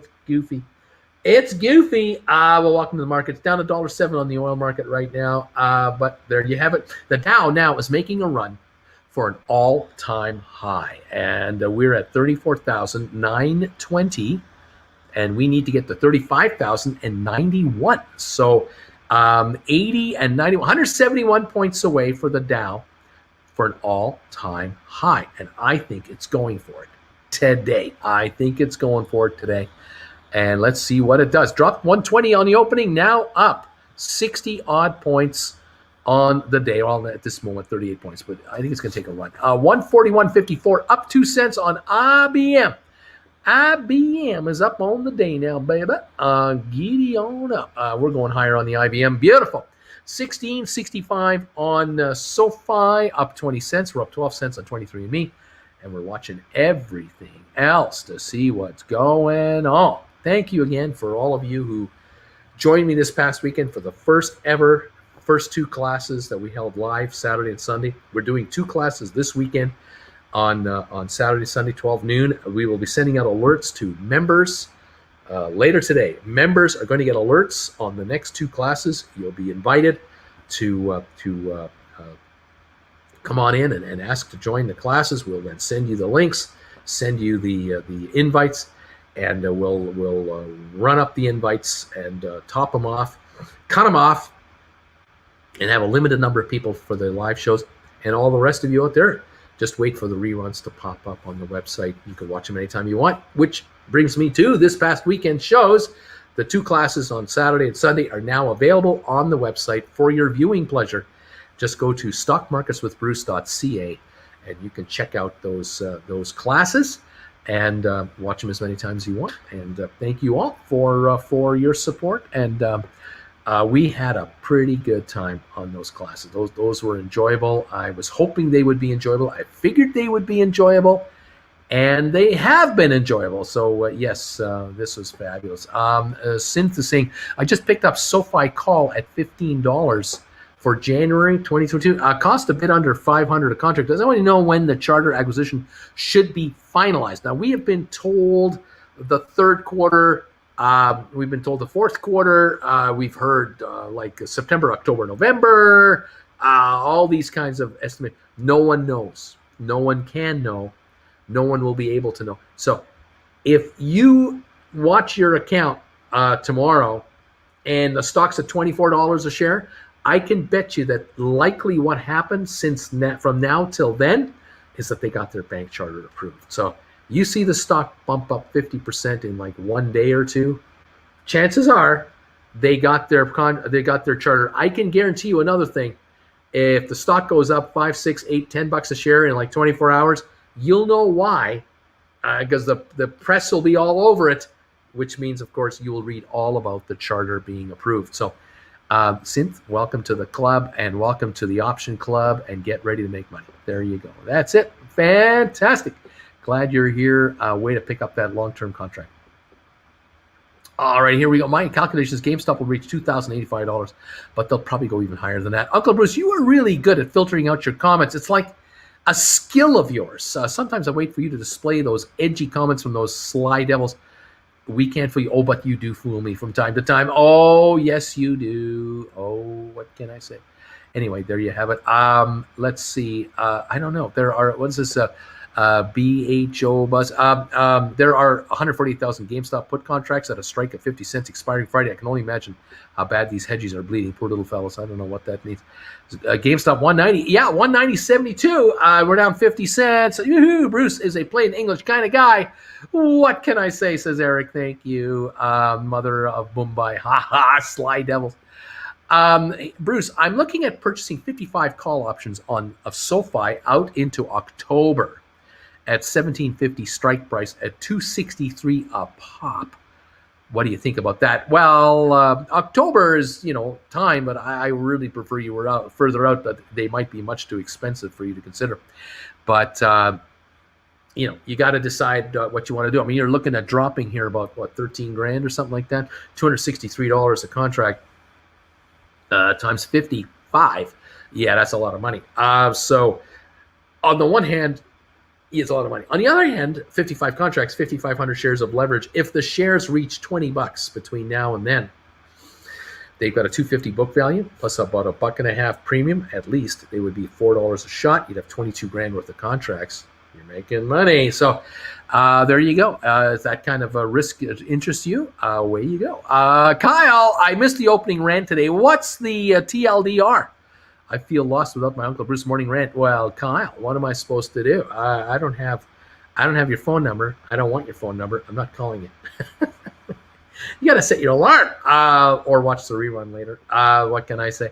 Anyway, welcome to the show. I'm glad you're here. Zyxtra has had some news recently, including a partnership with Next Era Energy as a green energy supplier for their data centers, and Next Era subscribing for a pipe offering as well from them. So interesting stuff. Wouldn't it be TLDL, too late, didn't listen? DQ, there's no crash coming. People are being stupid. That's you. Now you're up to speed. You got the whole rant right in one little sentence. I don't even know why you have to watch my show. You just watch these DQ updates, and you got everything you need.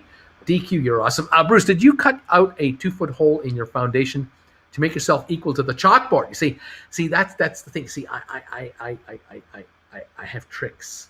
I have titanium implants. I have ways of disguising my 4'8" frame to make it appear that I'm 7'6" tall. I mean, I got all the tricks.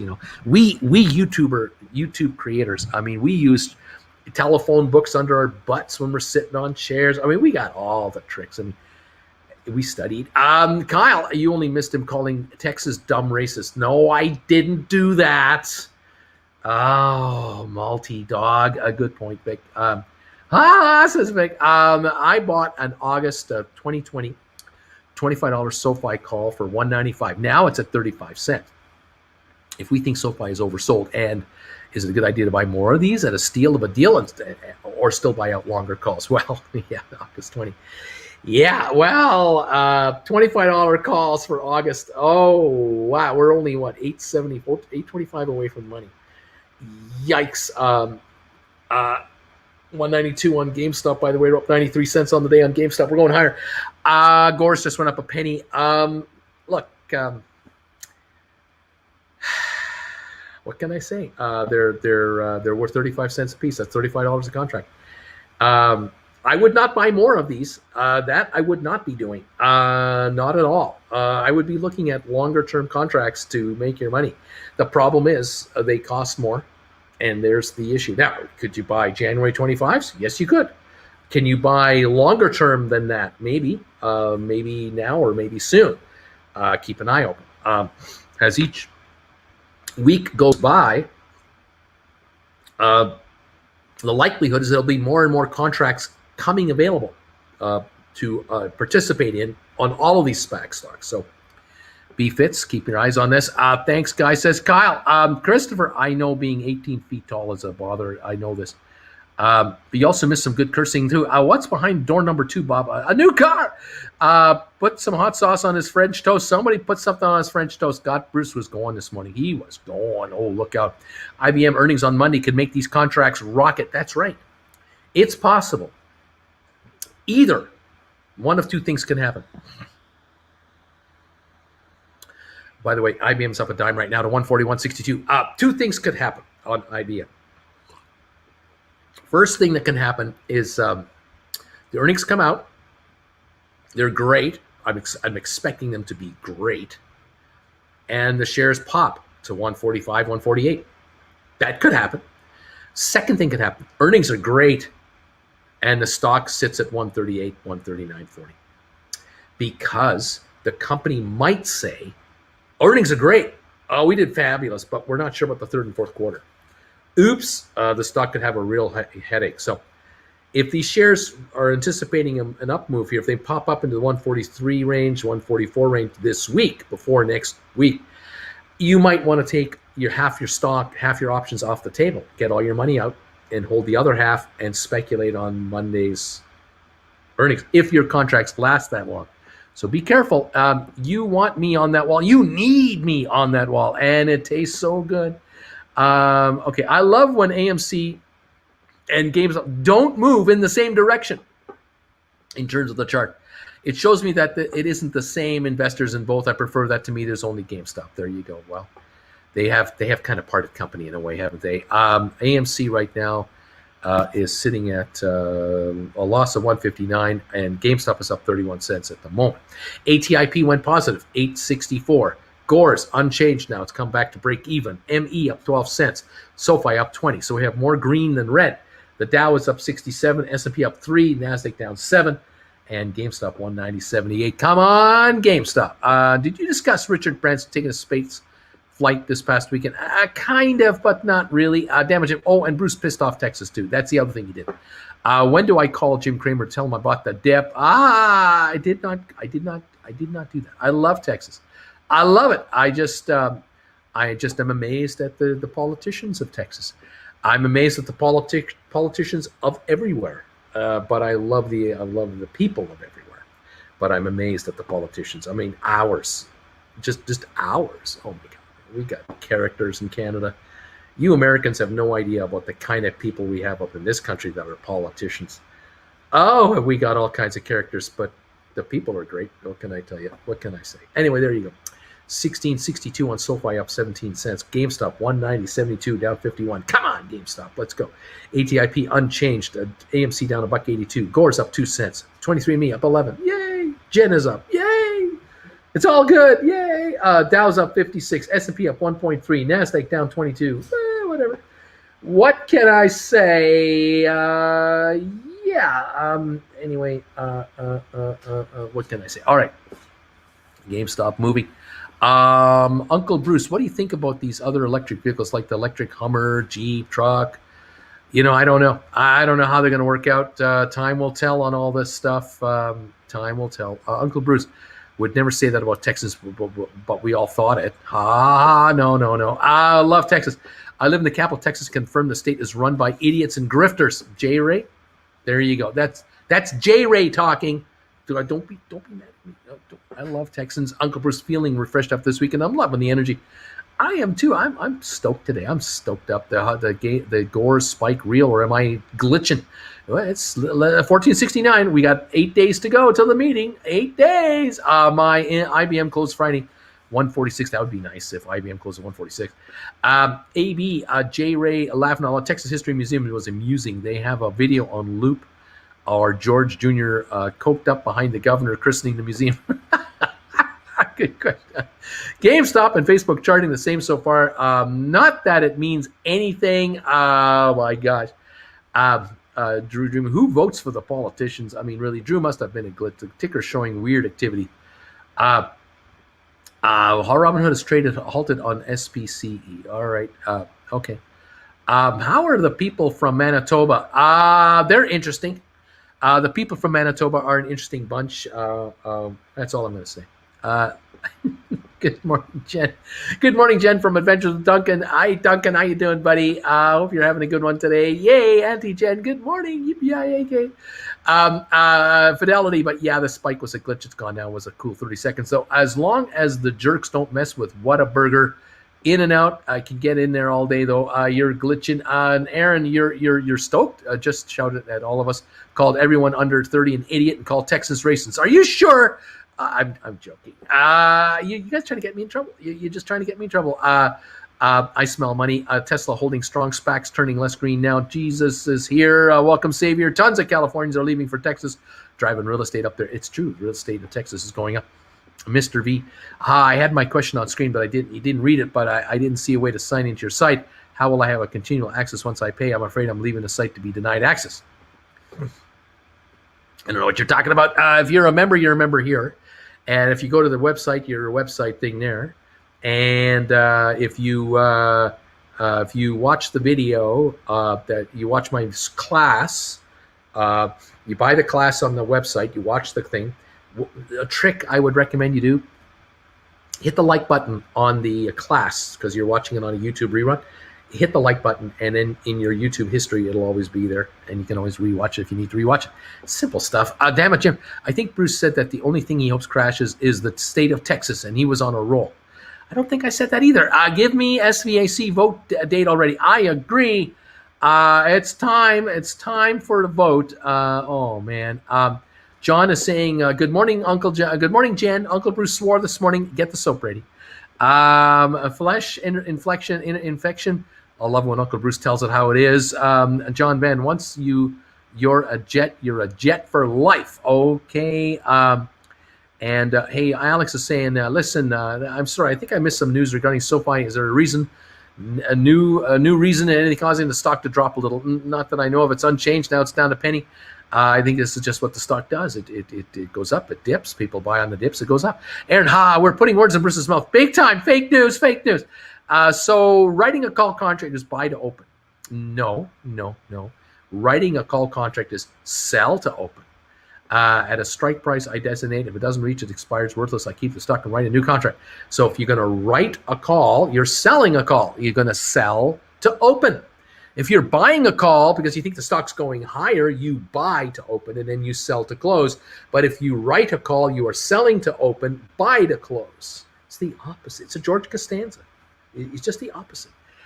Sell to open, Christopher King. There it is. My bad. You got it. Sell to open. Now you're talking. Yeah, there you go. And if you sell to open and the shares stay under your exercise price, the contracts will eventually expire worthless. You keep all the money. Yeah, you keep like a casino. You're the casino. You keep all the money. It's beautiful. I love it. Go in the corner, Christopher King. I got it. Thanks, Auntie. I got it. Savior saying, maybe in 15 years I'll be an expert and start a channel called Stock Markets with the Savior. How about that, Christopher? Whoa. Laughing out loud. Auntie, not nice, Auntie. Not nice. Sending him to the corner like that. 16.45 on SoFi, unchanged. GameStop down 30 cents. ATIP up 2 cents. AMC down 2.35. Gores unchanged. 23andMe up 6 cents. Fifth Wall down a penny. Vector down 8 cents. Navsite down a penny. Starboard unchanged. You get the drift. I think we're getting the drift. IBM up 22 though. IBM up 22 cents. 141.74 and climbing. Go IBM. That would be great. Have a few of my viewers make some money on those options that I was mentioning to them last week or two. Way to go. The Dow is up 110 points. Going for a new record. It's going for the record today. It's going for it. It's now only about 100 points away from an all-time high, 110 points. S&P up 6. NASDAQ down only 18. Dow up 107 points. 134,977. Going for a record. It could do it. I don't know. It could do it. We'll see. GameStop down 9 cents. GameStop only down 9 cents. Now you get an extra 10 minutes, says NTPC. IBM is ripping, says John. I had a dream this morning. GameStop will hit 272 today. Andy's going, that's a good thing. Rude again, says Christopher. IBM now up 30 cents to 141.82. Your IBM is rising. Home Depot up $1.17. Vanek up 178. Dow up 102. Microsoft down 61. Apple down 80. Tesla up $24 to 680.97. Bed Bath & Beyond down 36 cents to 29.24. BlackBerry down 31 cents, 11.48. Cruise stocks. Royal Caribbean down 47 cents to 81.86. Now down 50. Norwegian down 25. Carnival down 30. Amazon down $4.86 at 37.14. Facebook up 43 cents. Alphabet up 5.22. Google moving up. Target up 181. JP Morgan up $1.52. Bank earnings are coming. Goldman Sachs up 6.93. Anticipation of better bank earnings looks to me what seems to be going on. It looks good. All righty. Intel up 41 cents. Micron up 32 cents. Even some of the computer chip stocks are higher. How about that? 16.50 on SoFi, up a nickel. GameStop down 38 cents, 190.85, right on the edge. ATIP now up 8 cents. Gores unchanged. ME up 7. That's what we have on this market right now. Woohoo! Why the face with the SoFi hate? 100-point gain on the Dow right now. We're up 91 anyway. If stocks like houses, if they were like houses, GameStop and AMC would have termites. I blame Tony, says Damage. It's all Tony's fault. That guy. It's clearly Tony's fault, says Oasis. Clearly. Fresh and free. Uncle Bruce, why are GameStop's options so limited on August the 13th? Only see 10 strike prices, viewing all available. It's weird. Why would the strikes end at 217 when every other week? Yeah, I don't know. It's a weekly. Normally, contracts would have been written on the third Friday of every quarter. Then they were written for the third Friday of every month. Then they were written weeklies. This is a weekly. not the third Friday. It's the second Friday maybe. So I don't understand it. I don't know. You're going to have to ask a Chicago market maker. Good luck finding one of those guys that'll talk to you. I just do not know. And that's all I can say. Sorry. Tony and Larry Crud, brothers for life. Oh, John, that's cruel. Tony's a good guy, you know. I love Tony. He's all right. Anyway, SoFi, 1645. GameStop down 58 cents. ATIP up 8 cents. AMC down $1.96. Gore's down 4 now. ME up 6. So they're jumping around. They're just jumping around. What can I say? We have to tolerate the jumping around. That's just the way it's going. Okay. What can I tell you? What am I supposed to say? I don't know. I don't know what to say. I don't know. I tell you, I don't know. Oh my gosh. Thank you everybody for being here. Thank you everybody for hanging around with us today. Hope you're having fun on this market.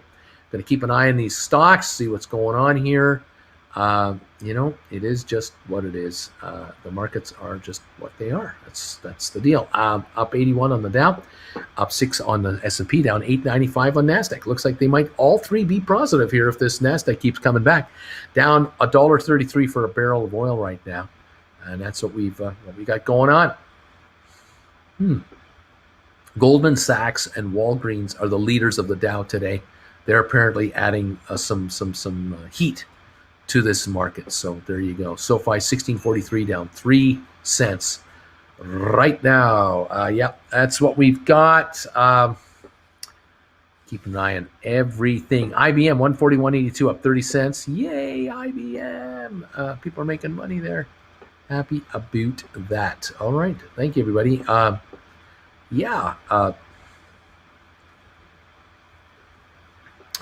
Fantastic. Now, those of you out there, just a public service announcement from yours truly to those of you out there. Those of you who were in the classes Saturday and Sunday, news for you guys. Later today, Jen and I will be sending all of you who were live with us on Saturday, Sunday, you will all be getting a link to the class that we have now re-edited that is now on the website. You're all going to get the link to that later today. So just bear with us. We are up to here in logistics as we figure all this out. So those of you who want to see your class in an edited format, you will get your link later today as well. And all of you who are members of this channel, you're all going to get an alert today regarding the classes for this coming weekend, Saturday and Sunday. You will be given the alerts so that you'll be given an invite alert, and you can then reach out to us if you would like to attend this weekend's classes. That will be in effect until Tuesday night. Then on Wednesday, the whole channel will be open up for any openings, any spots remaining for the live shows. Anyone with this channel can join in. Okay, so members will get a 48-hour window to register and get their slots looked after.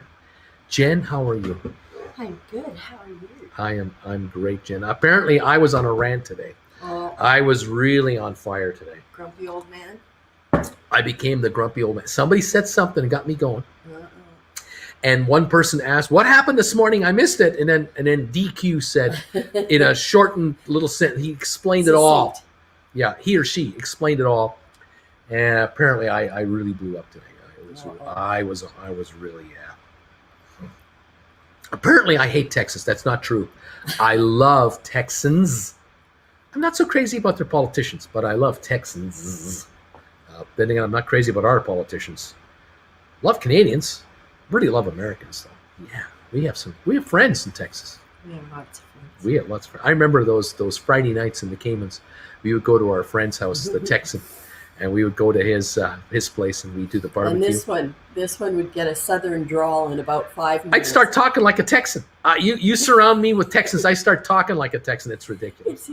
It's the only accent I have heard you. I can't stop. That happens to you. I can't stop. I can't help it. I become a Texan. I think you're a Texan at heart. I think deep down I'm a Texan. I got the drawl going. I got the expressions going. I got the one-liners. It's me with Irish people. And my Texan friends, they think it's hilarious. They love it. He's like one of us. Yeah. It's crazy.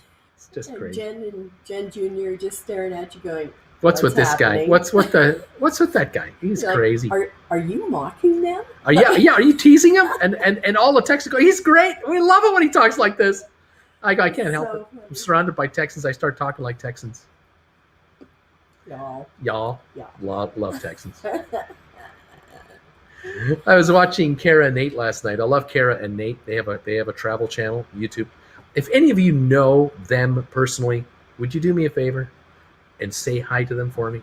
And let Nate know that if he wants to know what the market is all about, he's always welcome to reach out.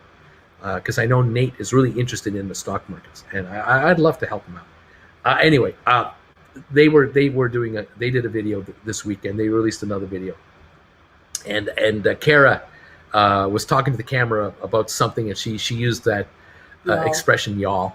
She said, "How you doing, y'all?" I just thought that was so cute. I love them. They're from Nashville. Love them.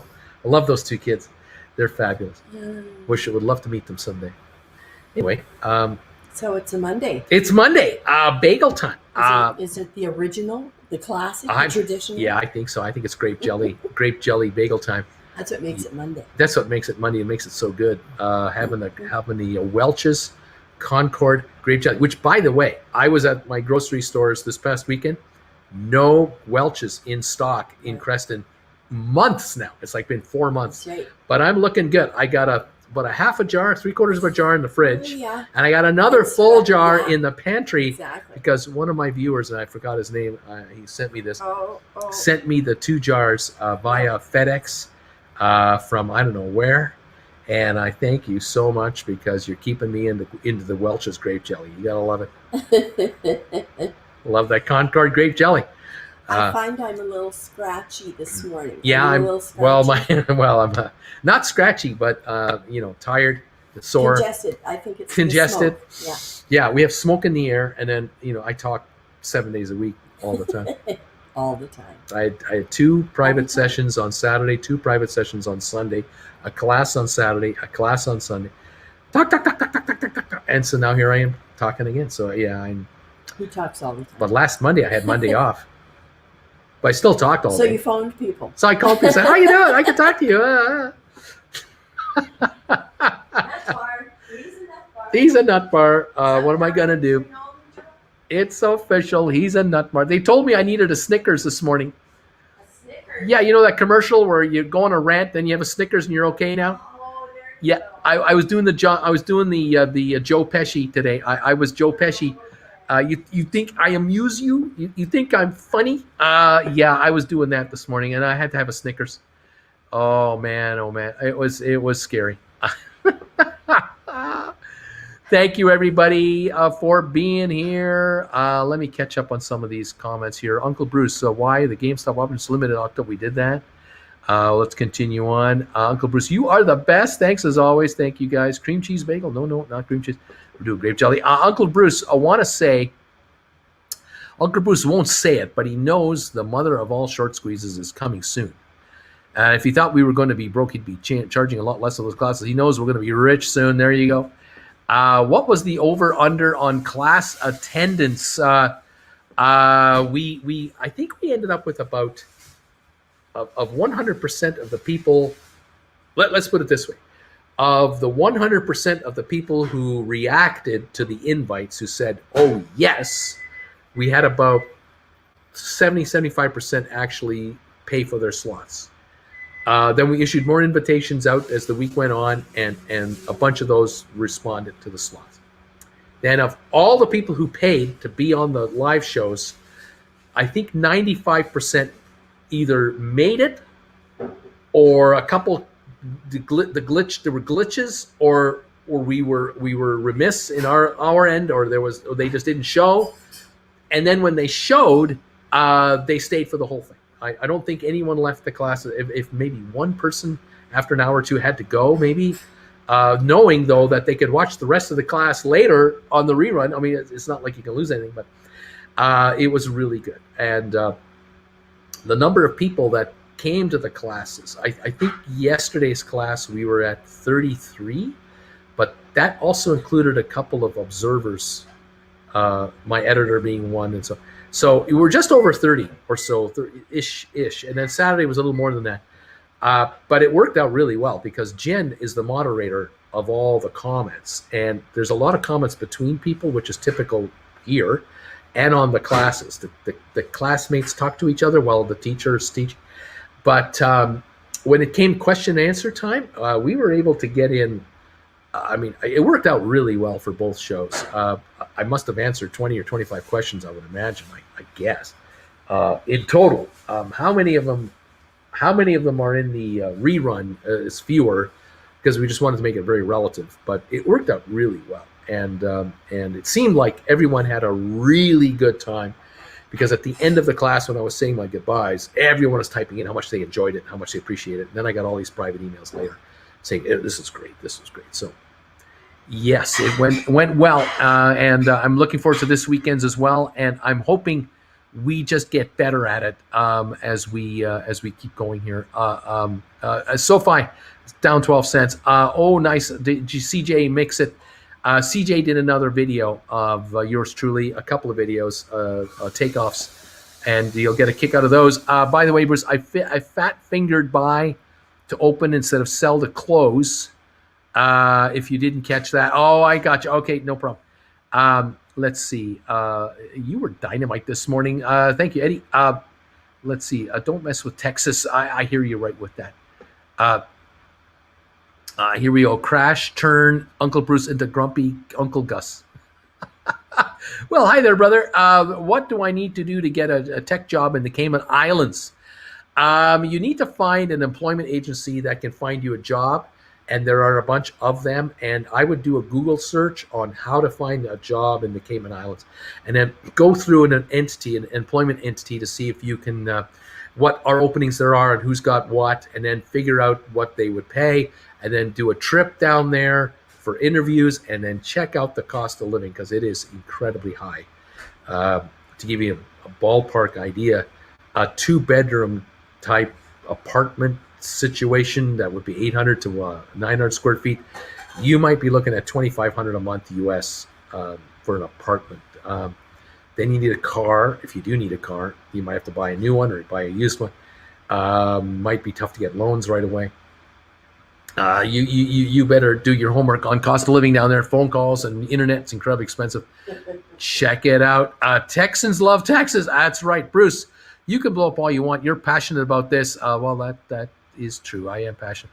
Happened to me as well when I spent a summer camp with a Missourian. Started talking like a Missourian. It's incredible. You know what? Oasis says, come to think of it, don't mess with Canadians either. Don't be mad. You'll get body checked up. We know how to body check, We know how to play hockey. You think curling is a cute little game? You don't see what happens off camera. There are body checks in curling. 29-pound rock. That's right. We got 29-pound rocks. We know how to move them. Oh, man. Christopher, hi, y'all. I'm going to get a ticket if you park here too long. Bill, if SoFi is meeting resistance, someone fears them. SoFi will take out the company's money. They don't want that to happen. Damn it, Jim. He's 4'8", 5'6" with his 5-gallon hat on. There you go. John Van Bruce, 4'8", wearing a 10-gallon hat. Christopher King, I might want to go to the lake and reminisce on life's adventures.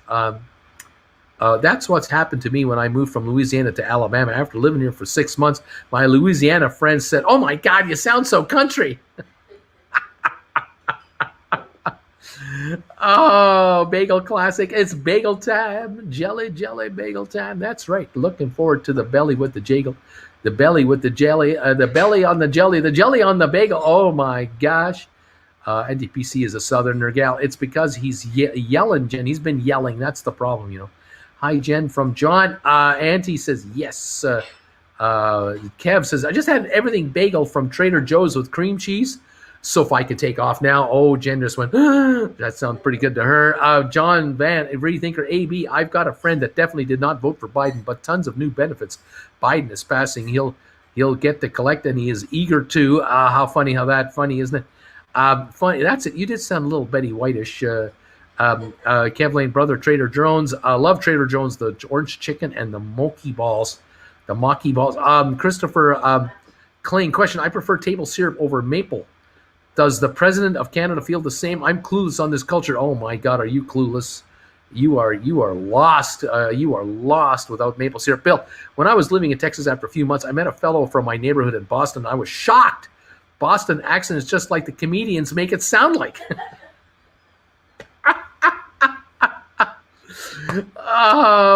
Aaron says, hands Bruce a Snickers. You better, Bruce? Better. Christopher, especially if Canada's America's hat. Rock on, says Christopher. We got good stimulus benefits under Trump, too. And bonuses, says Auntie. Oasis, almost a hate to admit it, but work business has been booming in the past 4 years. Citigroup starts 23andMe holding at a buy with a $14 price target. There you go. The recommendations are starting to come out on some of these stocks. Bama Babe, neither president wants to see this market or economy collapse. Of course There not. you go. Oh, look at that. Look at But that. look at the holes in this bagel. There's holes in that there, baby. There's a hole in There be the holes. bucket. There be holes. Oh, I better finish this off right here. Here we go. There's a hole in my bagel. Oh my goodness! Welcome all. Loving the bagel time. Auntie Jen was he was screaming at us. Auntie Jen. Freethinker says, I saw Tom Cruise-esque forehead vein emerge between his red eyes. It was nearly medical. The sweat, the redness, the rage. Thank God for Snickers.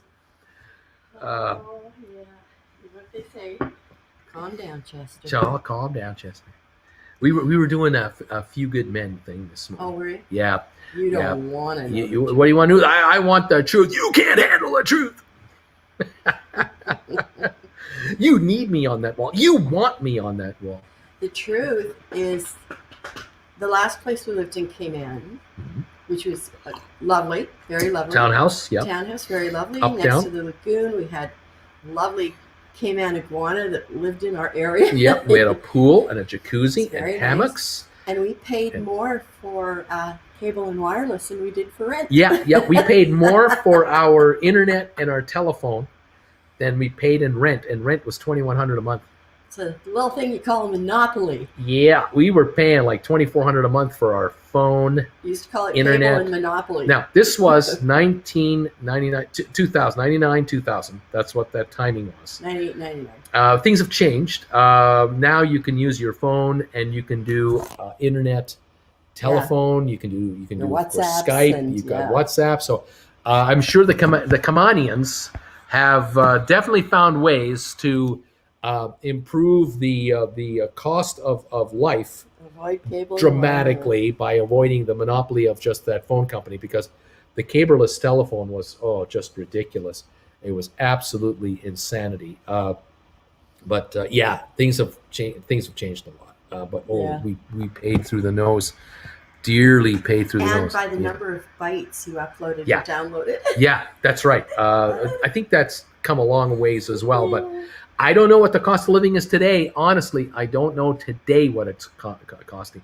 But it was I would incredibly go back high and then. live there in a minute. She liked it. She liked it I a lot. liked it. I was born She in a liked it. small rural town, and that's what the whole island is like.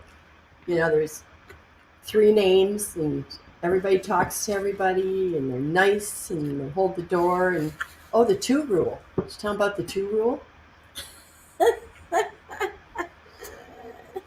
We had to figure this out. So you'd be driving, and someone would be coming the opposite direction, and they're waiting because they want to turn against traffic. And the people would just stop and let them go because they'd waited long enough. You know, you've waited long. And then we'll let 2 of you go. 2 of you can go. And and honking your horns all the time to talk to people. We had to learn how to drive on the island. Yeah, that was fun. The island way. The island way. The We 2 have- rule. We have to learn the island way. Because, you've been waiting a while. Or that's Aunt Betty. Aunt Betty, Aunt Betty, you go first. You go. You make the Go. left turn in front of me. And since I stopped, 2 of you can go. It's just a lovely little island. But the tourists get messed up a bit by that. Oh man, bad. And the fact that at that time there was only one road. And so to go to work, go to school, look at that. That's Look a at your nice little GameStop. chart. Look at your GameStop, up 580. It's popping. It's the bagel. It's the bagel pop. Or is it? Or is it Auntie Jen? Anti-Gin talking $6.24 higher, 197.47 on GameStop. Up 15 cents on ATIP, up 3 cents on Gores, and we're only down to nickel on SoFi. We're down 15 cents. That's how it works, people. You There you can go. start breathing again. The island way. Oh, the island. The island Oh, way. the island. Unfortunately, this one doesn't really like the water. It's hard to live on an island that's 12 by 20 when you don't really like the water. It's pretty. I love walking on the beach. Yes, Sunsets. absolutely. And we were tourists the entire 2 years that we would go to the beach all the time. Every Sunday, we'd go to the beach. And our island friends would say, "Oh, stop being such a tourist." It's true. I would read the New York Times Sunday edition, this thick, or the LA Or Times, Miami. or the Miami Herald, Yeah. whichever Sunday paper I could get. And I Jen would and read I it. would be splashing. They would be in the water splashing, and I'd pop in the water for a little bit and then come back and read more of the paper. But they were the ones having the fun in the water. Yeah. But that's when we had a little girl. We had a little daughter at that time who was 11. But even she got to the point where she didn't want to go to the beach because the sand gets under my nails and gets under your suit. And can't we just go to the pool? That's when you just want to slap her upside the head.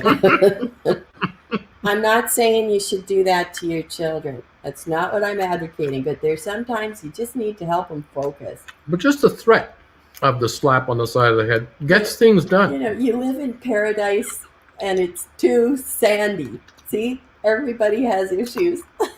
There's too much sand on the beach. It gets in my nails and it gets into my suit. It's like listening to Yoko Ono singing the national anthem. Yeah, is that it? Yeah. Where did we see that? We saw a clip of that the other day. On the recap video from Jay-Z. That's JC. what it was. Yeah. We were watching the JC recap video that he made about me. And is that true? That was her singing the national anthem? I really hope not. That was... You want to get on a rant? I'll get on a rant. When you sing the national anthem, you sing it the way it was written. It's not a dirge, it's a march. And you don't go all wavery and no. It's the national anthem. Of course, the best national anthem ever sung for the U.S. national anthem, Chicago Stadium, 1990 All-Star Game. Download it on YouTube. You'll know what I'm talking about. It's insane. Right? Yeah. Because in Chicago, Yeah. they know what they're doing. Oh my God! In that little stadium, you'd feel it to your spine. I can't. I'm dying. I'm dying to go to Chicago to see a Blackhawks home game. Just to do that. The U.S. national anthem. I Yeah. can't wait. Yeah. Can't wait. And that's the Vancouver national anthem singer. He starts, but then he stops singing, and the crowd just takes over. He'll come in every once in a while, a couple of words, but yeah, mostly he gets them started and lets them run. I'm trying to remember the name of the singer for Chicago back in the day, 1990. And remember Philadelphia? I can't remember. Oh, you know her. And she would sing "God Bless America," and they would win. They were like she was a secret George weapon. Clooney's aunt. Oh, really? Mm-hmm. No, not Rosemary Clooney. Yeah. No. But They know Kate Smith. Kate Smith. Kate, Yes. not George Clooney's aunt. Kate Smith. I'm thinking of the Clooney. Yeah. But it worked. But It helped she you sang remember. too. But she sang too. Well, yeah. She was also singing. Oh But my no, God, she Kate sang Smith. White Christmas. Kate Yeah. Smith with the Flyers playoff. God Bless America. Bless America. Yeah, that was pretty cool. Yeah, pretty cool. that's another one. But Chicago Great Stadium, misfind. Chicago Stadium, 1990 NHL All-Star Game. Look it up on YouTube. The national anthem. Crank up your volume as high as it'll go, and get ready. Just get ready. It's unbelievable. And get ready to your brain. Wow. I don't remember his name, but it'll come to me. I'm sure one of you have given me the name here. I just haven't caught up to your message. I'm trying to text her. Trivia question. What's the name of the national anthem singer, Chicago Stadium, 1990? You know, he had to stop singing because he got accosted. He was stabbed in the throat with a knife. He recovered, but he was never the same again. But wow, could he sing? Well, he was unbelievable. Chicago has an epic opera singer to do the anthem for their teams. And what's his name? Where is it? Anybody know? Anybody here from Chicago? Anybody here from Chicago? What's his name? I'm looking for it. I don't see it. Wayne Mesmer. Wayne Mesmer. I believe that's the name. Wayne Mesmer. Unbelievable. There, anti-PC. Thank you. Wayne Mesmer. Type that name in, Google it, and you'll see him live at Chicago Soldier Field, but Chicago Stadium. That, oh man, with that organ, oh my God, unbelievable. Wayne Mesmer, huge, incredible, the best. Anyway, what can I say?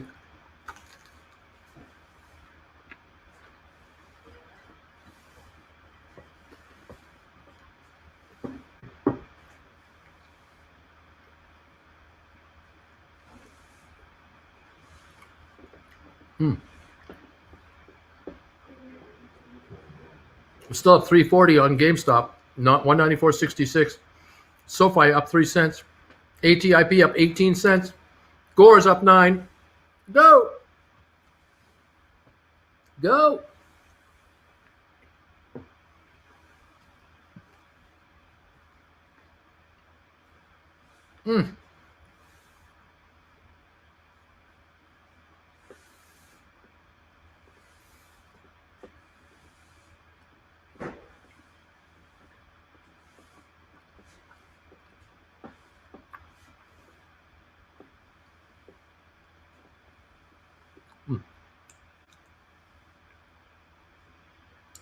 Those sesame seeds. Oh, I love that bagel.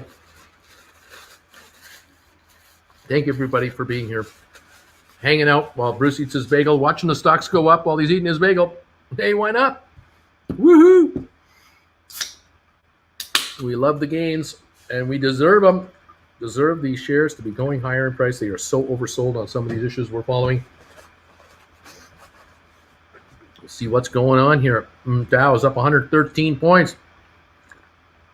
We got S&P up 10.8. NASDAQ is now positive. It's up 6 points. All three indexes are up now. The three major indices are higher. Oil is down 68 cents a barrel. And S&P and NASDAQ are inching into the record territory, and the Dow is right behind them within about 105 points of an all-time high for the Dow. Okay. Gore, it's going to feel like it's going to explode any day now. Yeah, July 20 is the takeover day. That's the day. 8 days. Oh my God, Mesner brought the house down. You watched that video from 1990, the NHL All-Star Game, the national anthem of Chicago. That was when the first Gulf War was happening, and the fans in the stands are holding up signs for the troops.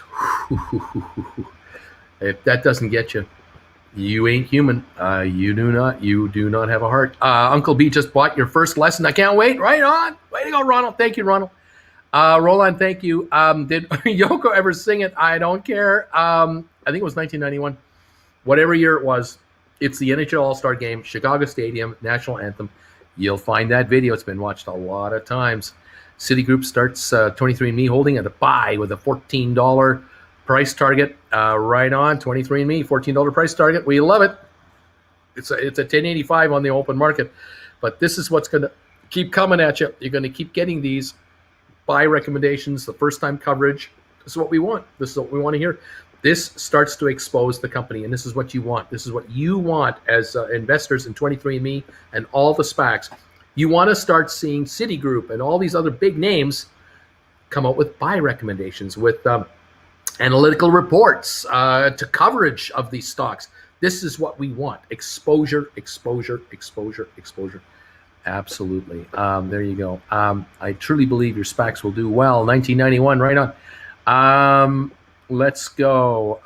When are they going to make bagel-flavored yogurt, please?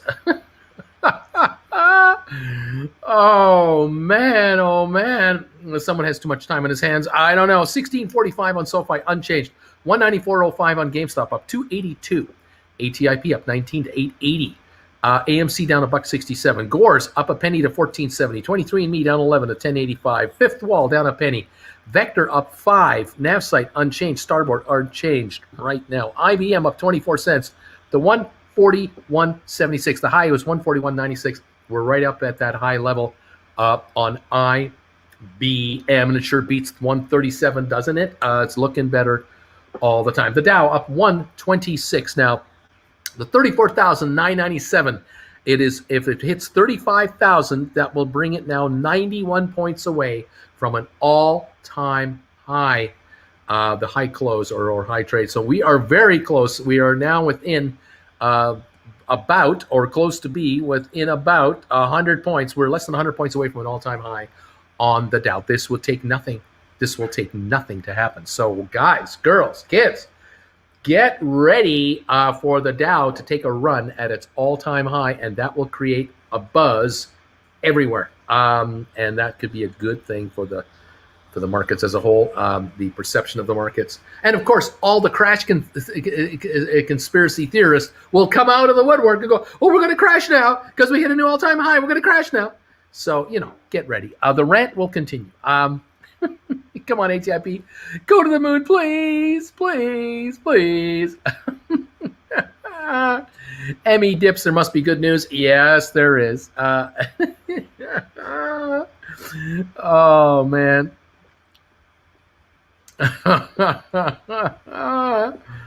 Oh, boy.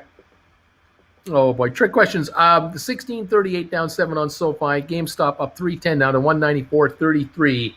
Looks like I might want to take another run higher. And this is great stuff. Those of you who are option writers, you want to see a pop on the stock. You give us a pop on the stock. Take a look at writing options and enjoy it. Yes. Yes, yes, yes. Let's see what's going on. Come on, markets.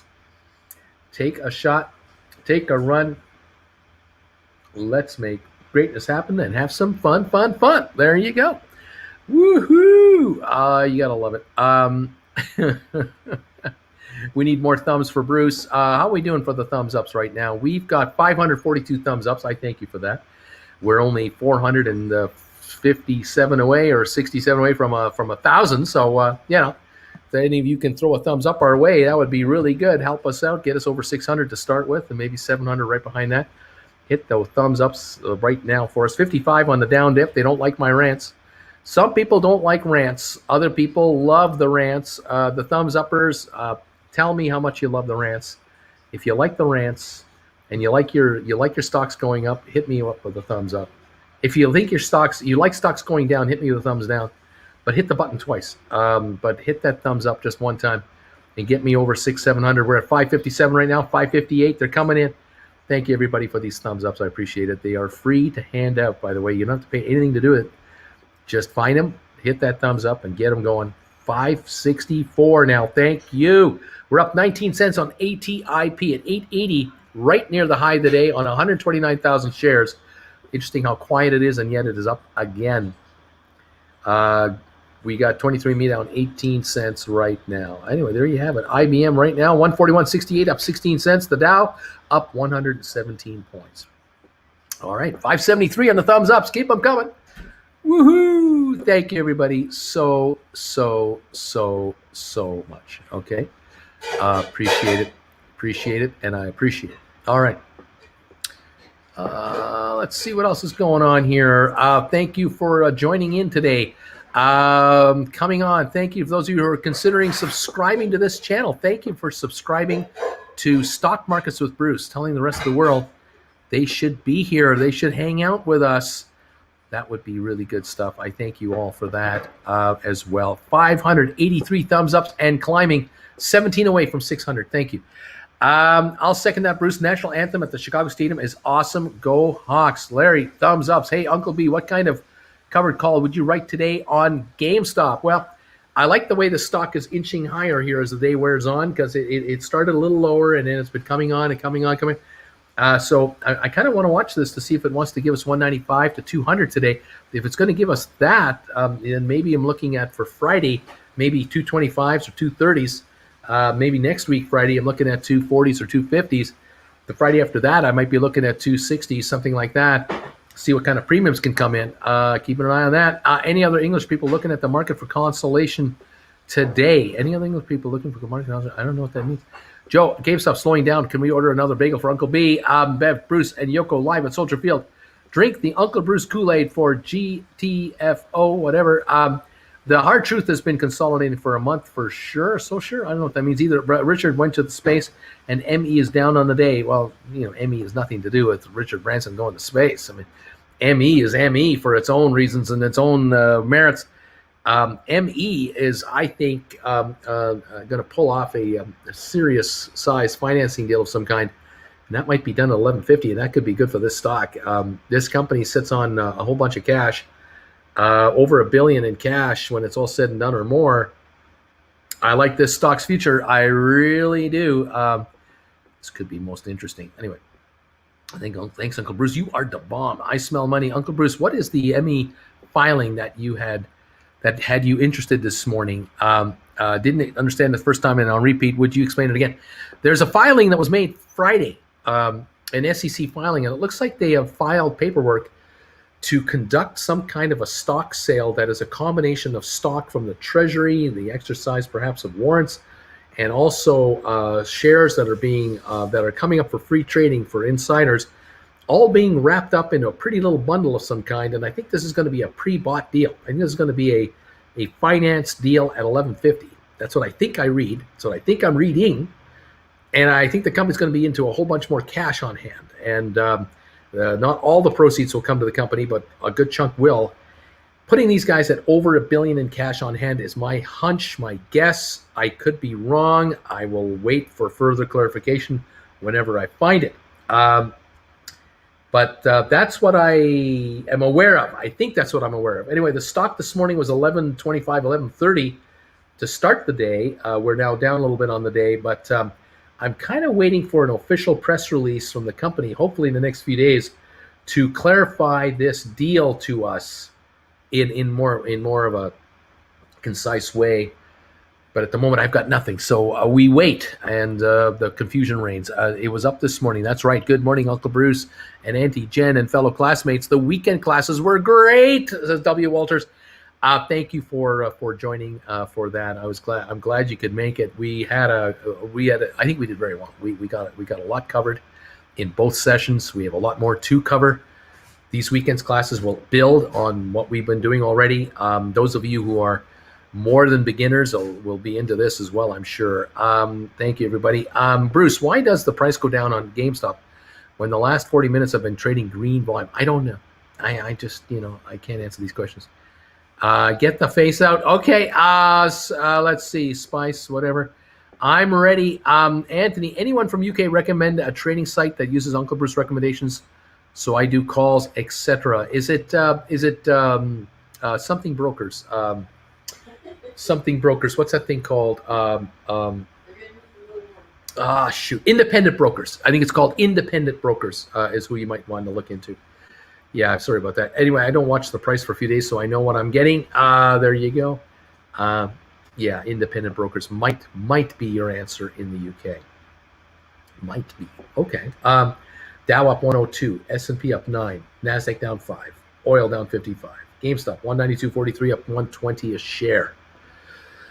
Interactive brokers. There it is. Interactive brokers. There it is. Thank you, everybody, for your help. Saxo for the UK, someone is saying. There's all kinds of opportunities. There's a few choices. So check it out and see what you got. ATIP 877.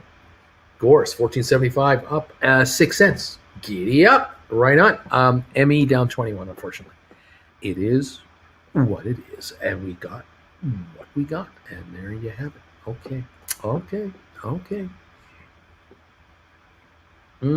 Let's see over here what's going on here. Let's do this and check this out. According to the Wall Street Journal,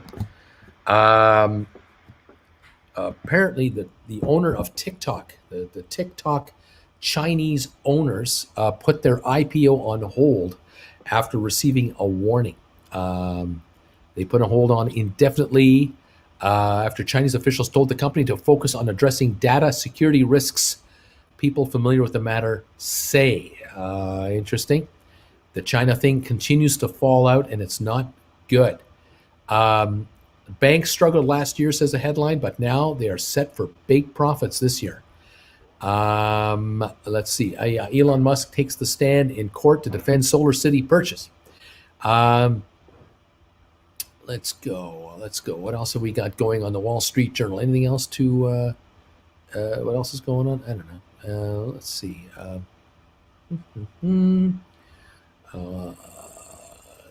The chip shortage's latest toll is a shortage of work trucks.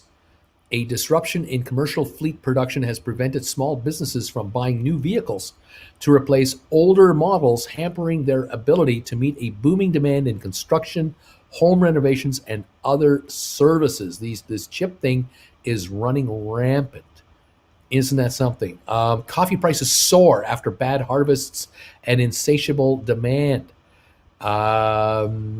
Let's see.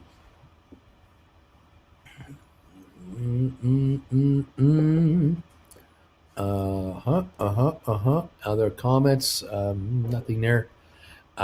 Just looking at anything else to be paying attention to. I really don't see much else to worry about. Not from the Wall Street Journal, anyway. Let's take a look at. Let's take a look at this here.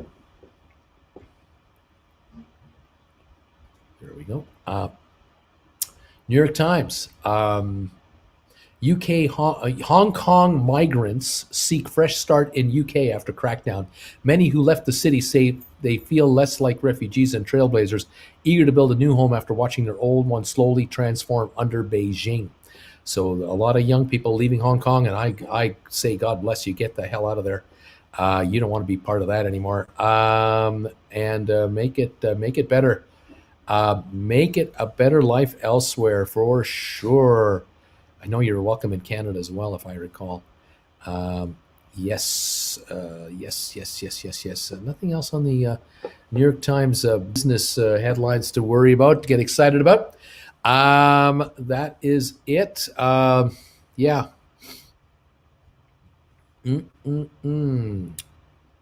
Okay.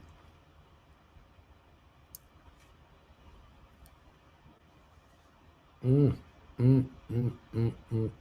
nothing much else here. All right, the Dow is up 92, S&P up 9, and NASDAQ now up 4 again. So that's turned around. A little improvement. SoFi 1632, down 13 cents. We have here we go. We have SoFi 1632. We've got GameStop 192.36, up $1.13. We have ATIP up 21 cents to 882. AMC down $1.96. Gore's up 6. 23andMe down 26. Fifth Wall up down a penny. Vector down a nickel. Navsite up 3 cents. Starboard unchanged. Over on IBM, down now 35 cents on the day. Funny that. Went from 141.96 now to 141.17. Turned around, surprisingly, and that's what it's doing. At 141.09 on IBM. I don't know why. Don't understand it, but it is. Microsoft down 26 cents. Apple now unchanged. Tesla up $21 at the moment. So got some movement here and there. The Royal Caribbean down $1.18 to 81.15 a share, backing off. Amazon is up $1. Facebook up $1.80. Google up $13. There's where we're at. Goldman Sachs holding a gain of $6.88 a share, right around this 379, 378, 380 mark. Still only at 9.4 times earnings on the stock, and analysts' expectations are for excellent profits from the banks. We'll know later tonight, tomorrow. Very shortly, these are coming out. That's what you got. That's what I've got right here. I don't know, kids. We'll see what's going on here. Why do you think SoFi is being held down? I don't know if it's being held down, but there seems to be a short position of note on SoFi. That much I can pretty well guess, but Is it being held here by shorters? I don't know. Sooner or later, the buying will take over. I looked at fees for options brokers in the UK, and Tastyworks came out the best. Saxo charges massive fees. Interactive Brokers charge an inactivity fee. I never see volume so low on Gores today. Still under 100,000. I got 124,000 on Gores. That's what I show. Damn you, IBM, says John. Anti-PC's laughing. Bill, truck prices are insane. Random people ask me if I want to sell my truck all the time. Take it to the dealer for maintenance, and the salespeople chase me around. It's insane. It's crazy. They're looking for this truck. Scoop it up. FS, Uncle Bruce, have you heard about this SPAC, Concord acquisition? Nope. I smell money. Uncle Bruce, are you still in for ATIP? A few members said they were out for their exit strategy following your classes over the weekend. I don't know what you're talking about. I still follow ATIP. I don't know what's going on there. Same here. Bill, yeah, $1 bounces off 142. Level, maybe I should buy puts on ME. John Van, no, on the IBM. Blair, first time a vehicle actually turned into a positive investment. It's a weird world, and John is laughing out loud. ATIP, I just love it as much as always. It's sitting at 80.82 right now, 21 cents. It's just been a quiet time so far. 192 right now on GameStop. 192 up 77 cents. Gore's up 7 cents. IBM right now 141.21 down 31 cents at the moment. Looks like it's bouncing back up a bit right now. The Dow up 100. S&P up 11 and NASDAQ up 10. So the markets are improving across all three markets. They're improving. The question now is by how much? What are they going to be doing? All righty.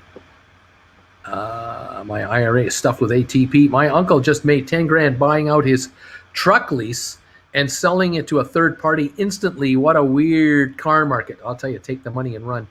You get offered more for your car. Take that money. I've been scooping for weeks now, says Nick. Right on. Way to go. Interesting. Oh boy. Thank you one and all for joining me today, following what we're up to. Thank you those of you who were with us this past weekend. We were having a good time with the classes and really enjoyed doing the classes with you. We've now posted the classes on the website at stockmarketswithbruce.ca. You can check them out anytime you like to see if you like them. Watch them often. Again, thank you for all of you who are here live. We will be posting a live invite list to members starting later today. So those of you who are members of this channel, if you're thinking about joining us for our live classes this weekend, titles and everything will be released to members only first, and then in a couple of days we'll open it up to everybody else. And membership has its privileges. Absolutely. There you go. Y'all talking about the price of pickup trucks? Ford is going to shut down car factories for months because of the supply chain issue. They're having issues. Because sell a car like it's getting a new job. You better have one lined up before you sell. If you do, in some cases, cars are hard to come by. It's kind of weird, really weird with vehicles all of a sudden. It's not going to last forever, but at the moment, it's what we got. 192.27 up $1.03 on GameStop. This is where we're at right now. 16.43 down 2 cents on SoFi. ATIP 8.85. That's the high of the day. On 146,000 shares, we're up 24 cents on ATIP. Those of you who've been scooping up this stock, scooping up these contracts, you're looking better today. AMC down $1.92. Gore's up 8 cents to 14.77. 8 days away from the shareholder meeting on that one. 23andMe down a quarter. Fifth Wall down 1 penny. Vector down 2. Navsite up 3. Starboard unchanged. That is it. There's where you're at. Domino's Pizza price target raised to $5.15 from $4.66 at RBC Capital. Chipotle Mexican Grill price target raised to $1,800 from $1,750 at RBC Capital. Food stocks being raised up in expectations. Interesting stuff. We've got 34,974 on the Dow. 35,095 is the record high, within 100 points or so of an all-time record high for the Dow Jones Industrial Index, and that's where we're at right now as we are watching these markets, keeping an eye on them to see how they're going to perform. SoFi down 3, 23 down 20, down 18 now. 23 just popped up. 23 meat Gores up 8. Nav site up 3. AMC down 202. Fifth Wall down a nickel. SVAC unchanged. GameStop up $1.57 to 192.80. IBM down a quarter now, 141.28. ATIP 884 up 23 cents. VACQ down a penny, and that's where we're at right now. Watching this here old market on our favorites to see what they want to bring us. Yes, indeed. I drive my paid-off truck around with a 2x4 and plywood in it, but only in the broad daylight. Nicholas, John, your van right. But at these prices, you can turn around and lease something else for zero interest, depending on the vehicle and the options. You might not find the vehicle with the options you want. That's the thing. Vehicles with all the options, all the bells and whistles, they have more computer chips in them. So Ford can probably build the base model truck, but the ones that sell the most are the higher end, all the bells and whistles with climate control, power, everything.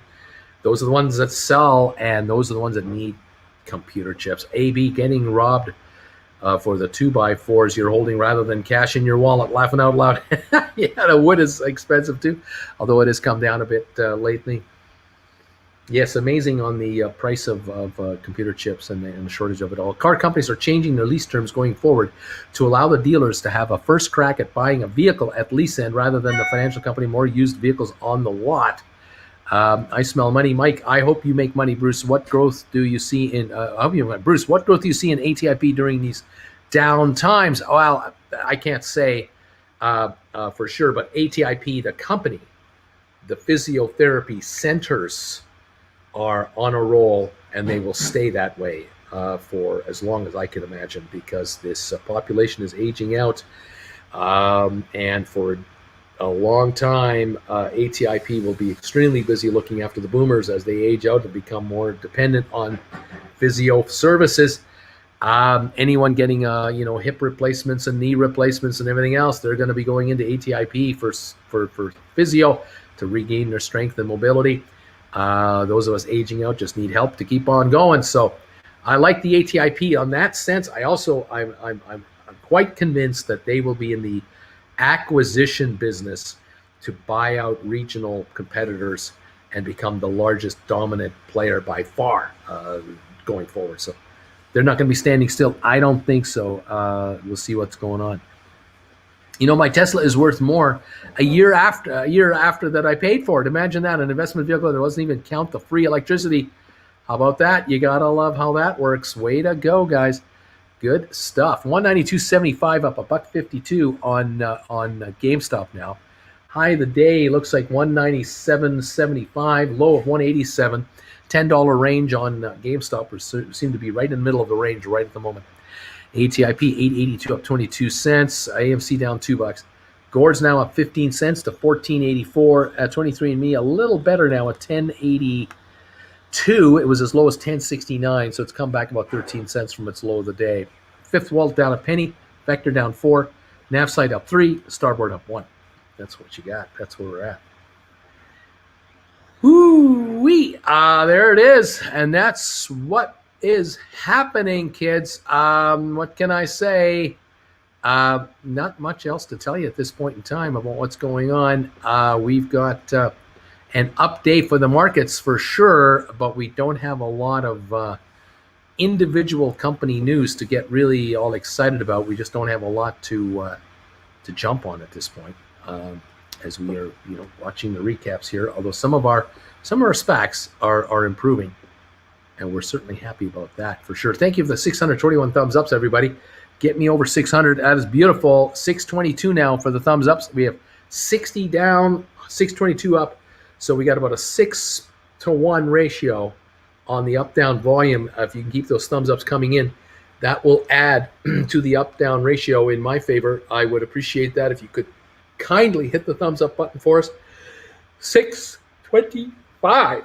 That is good stuff. At 660, it's 11-to-1. At 720, it's 12-to-1. So please hit those thumbs ups button for us. And let's raise that ratio between buy and high and low, positive to negative, as high as we can get. 635 now.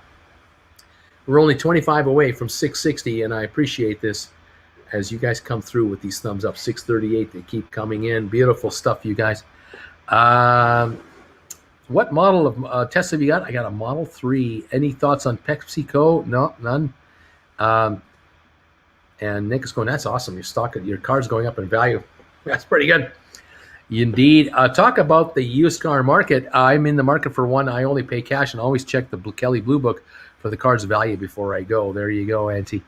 Absolutely. You got to know what the market really should be at and versus not. Doing your homework is what it's about. Indeed. 192 on GameStop, up 77 cents, up 3 cents on down 3 cents on SoFi to 1642 now. ATIP up 22 cents to 882 at 882. Gore's up 17 cents. So, we're just kind of hanging around. This is what's going on, kids. We're into the last 25 minutes of my show here for the morning show. And what can I say? Victoria's Secret parent L Brands will change its ticker symbol to BBWI starting August the 3rd. Interesting. 97-point gain on the Dow, 10 on the S&P, 12.5-point gain on NASDAQ. Okay. All right. Keep it going, kids. Keep bringing in these quotes, and let's see if these markets can do something for us. What can I say? Is Emmy coming back? Mike Sullivan, NDPC, if you can find a low-mileage Subaru, get it. You can't go wrong on a low-mileage Subaru. They're a pretty good car. They're popular. I did a quiz, like a trivia quiz a while ago, asking people, tell me the brand of car that is the most popular brand of car in various states. And what I found interesting was that in Oregon, Washington, and I'm not sure about Idaho, but definitely Oregon, Washington, the number one most popular selling brand of vehicle is a Subaru. The rainy, twisty, slippery roads of Washington and Oregon, and I think Idaho, Subaru is the number one brand over General Motors, Ford, over Chrysler, over everybody else. It was interesting. And then in California, it was Toyota. And I'm trying to remember Florida. I think Florida was also Toyota because of, in Florida, I think California, because of the price of gasoline, you wanted high mileage, and so lower cost for your gas price, and performance and style and dependability. Toyota, it's the one. The Auntie says, thanks, Mike. Altima is what she's looking at. I have a Subaru. I love it, says Drew. Mike, Auntie, problem is people don't sell used Subarus. All-wheel drive, says John. That's the thing about these Subs that are pretty good. All-wheel drive. Down 6 cents on SoFi, down up $1.06 on GameStop right now as we are going through here. Auntie, we have about 260,000. My 5,000 Subaru Outback has less factory heads. Wheat Wild, thank you, Wheat Wild, for this donation. Uncle Bruce, advice for ATIP calls, please. 4 750s at 260, 710 calls at 180, 10 1250s at 115, or 14 $15 calls at 85, all for February 22. What should I get? ATIP. Oh boy. I can get 4 750s, or I can get 7 10s, 10 12 and a halves, 14 15s. What do I do? Boy.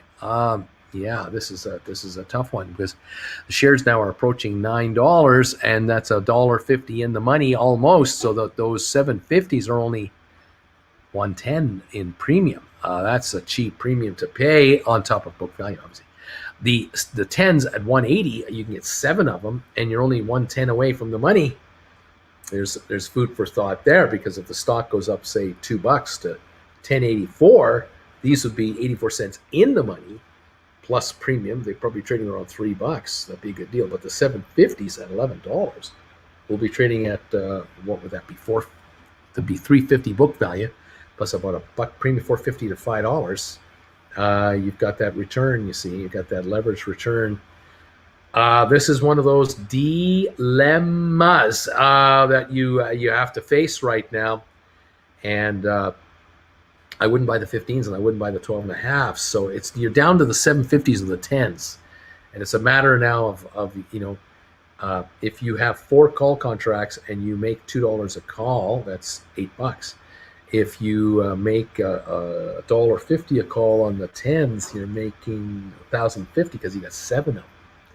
More leverage, more money, right? If the shares, again, these are for February 2022. So that far out, I'd probably send you to the 10s. I guess I'm going to send you to the 10s and get yourself 7 contracts at 10 on the 10s. Do that, and you've got 700 shares of leverage for that kind of cash. And the shares reach $11, $12, you are already well into the chips. You might already be up $2 a contract, which is already a $1,400 gain. I probably recommend you take a look at that. All right, BW Uncle Bruce, put the great what Karnak's on, please? Oh, great Karnak, put your Karnak hat on. Which SPAC by the end of this year do you think will have the first $3 to $4, hopefully more, pop in share price in one day? Not holding it to it, just I'm curious. Which one and why? Oh boy. Well, SoFi could be the one because of the bank charter and the fact that it's oversold. But it could be 23andMe because they come out with an announcement, say, in the next day or two, and they announce a mega underwriting of gargantuan proportion. They put a bunch of dough in their treasury. Those shares could go to $15, $18 like right away, and that there's that one. That would then be the number one. But the Matterport group is taking over Gore's in 8 days. And maybe the Matterport group being so jacked up, going public, they get into this Gore stock in the next week and a half and jack it up to $18, $20 a share. And it could be the first one. So, I mean, I can't tell you. I mean, you look at these, they're all compelling, such compelling stories. Mike, I found a 2014 Ultima with 107 grand on it for 10,200. Don't buy a Lincoln Money Pits. Gotta get it checked out by a mechanic this week. Joe, Uncle Bruce, any thoughts on SoFi's unusual option activity for this Friday and what it could mean for this week's price action? I don't have any thoughts on the unusual activity on SoFi stocks for the options for this Friday. I don't know anything about it. So I'll have to, if I hear anything, I'll let you know. That's great, so Ashley. Maybe I'll check out a few myself. Fresh and free, I had a Jeep Wrangler, and that thing held on to value in an unbelievable way. It's a unique vehicle, and I just charged up next to one. They have a hybrid model that plugs in. It's amazing stuff. Amazing. Hello, Brucey. Holding IBM calls, July 16th, 140s at 235. It's my first time holding a call, expiring soon. Should I hang tight for now? What should I do? IBM right now, 141.25. It's coming back up a little bit here from this little dip today. Down a little bit at the moment. Now, what do I do? You're in the money. You're sitting on a 140 contract. You're in the money, $1.25. They're still holding a 90-cent time value with the 5 days to go. So you got to really watch this closely. This is every penny up or down is a penny in your direction or against you. If these shares can reach a 142 today, if they could do it, you'd have a $2 book value with maybe a 50-cent premium. You'll probably get 2.5.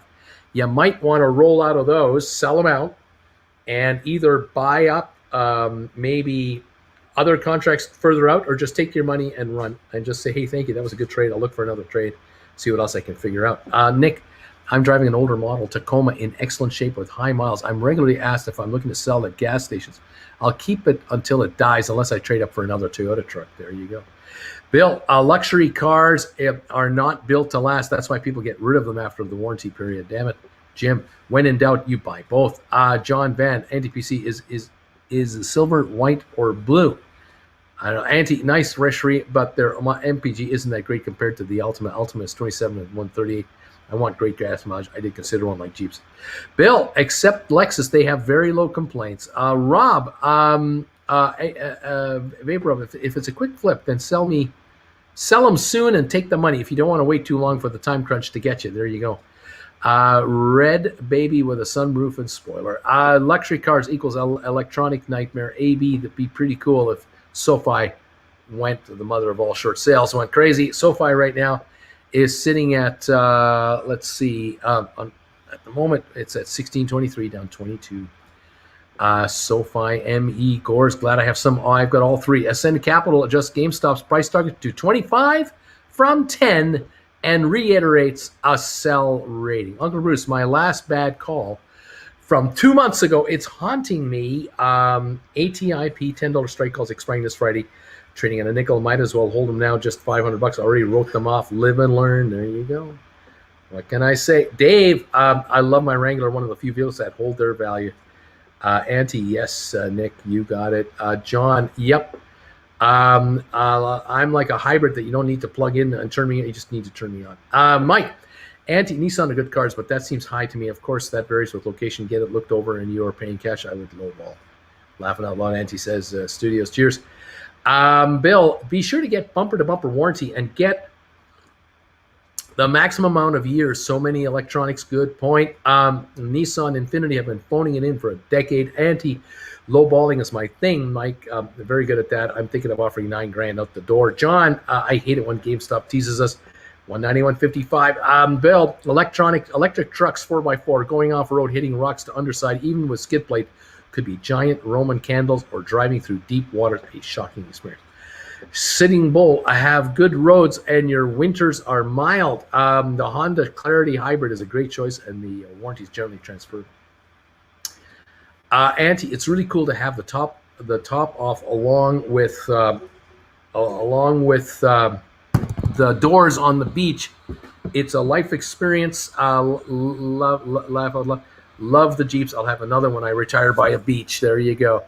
AB, Ascendant Capital says the new tech company Apple computer is really going places, apparently. Black X, I can't believe I bought SoFi at an average $20. I feel like I failed. Oh, don't worry. You won't be feeling that long. Never thought we'd be flipping cars and making a profit. Never thought. DM, there's nothing worse than a Nissan CVT transmission. Sounds like the clutch is slipping all the time, and the day I learned to drive stick.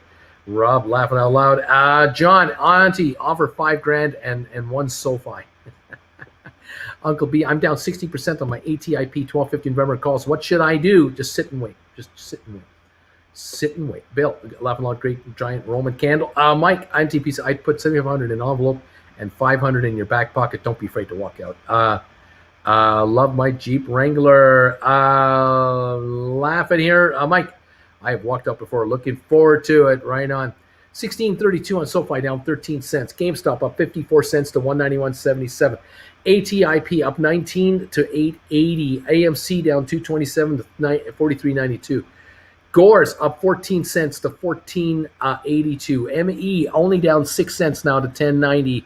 Fifth Wall down a penny to 11.94. Vector up a nickel, 11.50.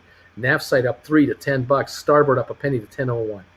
That's what we got going on right now. Over at IBM right now, we are sitting on a loss of 22 cents at 141.30. It's recovered a little bit from the little lull here we just had, but it's still down 22 cents on IBM. The Dow is up 104 points. S&P is up 979. NASDAQ up 645 right now. Oil down 63 cents. That's what we got going on. And what can I say? Thank you, everybody, for the car talk. Fantastic stuff. Uncle Bruce, do you recommend going with the options for now on the SPACs, or should we try to do a mix with stock? Well, if you could do a mix, that's always a good plan. I would say at least a $50 mix, I would say. All right, Uncle Bruce, I sort of bought an NSH call for August 22 months ago. You sort of bought that for $1. It's down to 55 cents. Should I sell or give it some time? I sort of bought an NSH call for August 20.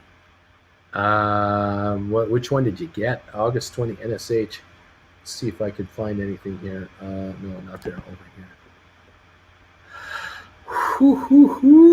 Boy. Let's see.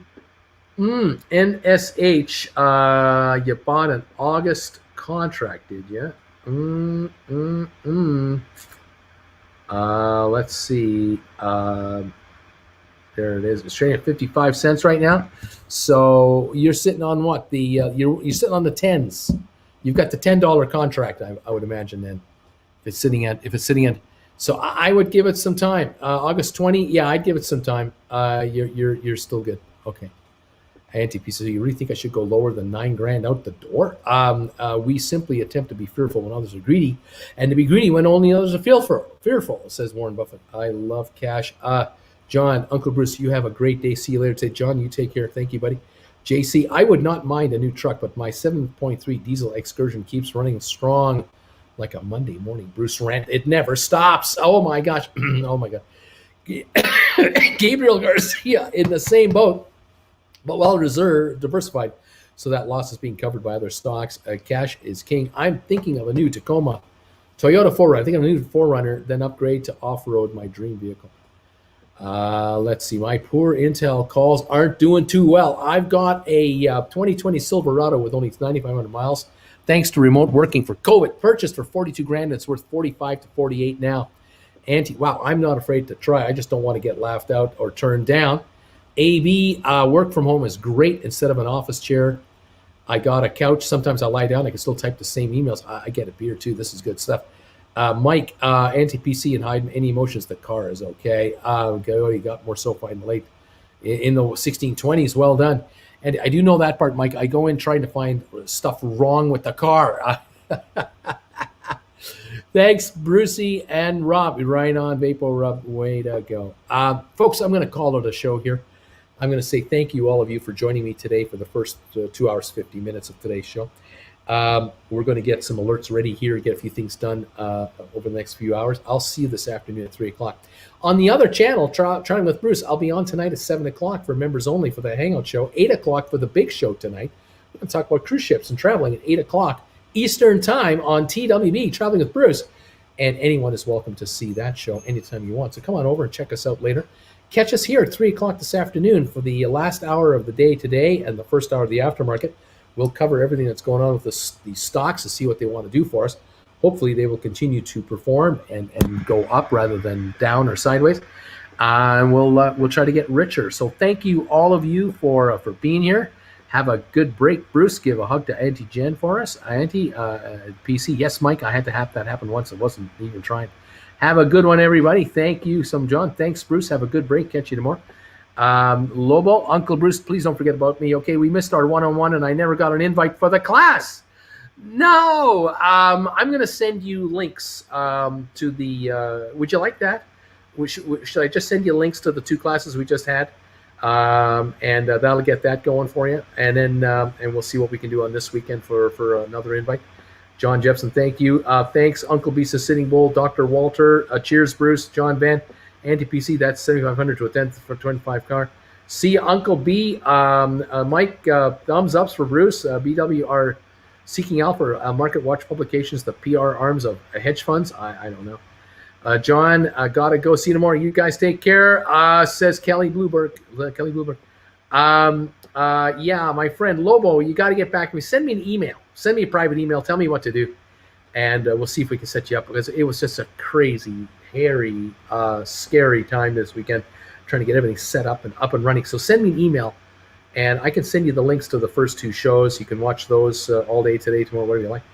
And then we'll see if we can set you up for the weekend or something. We'll figure something out. I know we will, because we always do. And let's see what's good. I can take the classes posted. No problem. I already paid you, though. So, yeah, I'll just send you the links. I'll do that. I'll get you those links. And then you can watch those to start with. And then we'll figure out what the rest of your credit will do. Okay, we'll figure it out. It's going to be all right. Bill, I leave car brochures on passenger seats from other dealers when they check the vehicle over for trade-in. Andy, Mike Sullivan, I'll tell you the story on another Bruce show. There you go. Okay, guys. Thank you for being here today. Have a good one for now. Get yourself inoculated if you can. Stay healthy. And I'll see you at 3 o'clock today for the second show on this channel. And then we'll see you later tonight on the other channel. Lobo Blast, you got it, buddy. John, make sure clean title as well. I'll see you guys at 3 o'clock today and at 7 o'clock tonight on TWB and 8 o'clock on Traveling with Bruce. In the meantime, take care. We'll see you later. Bye for now.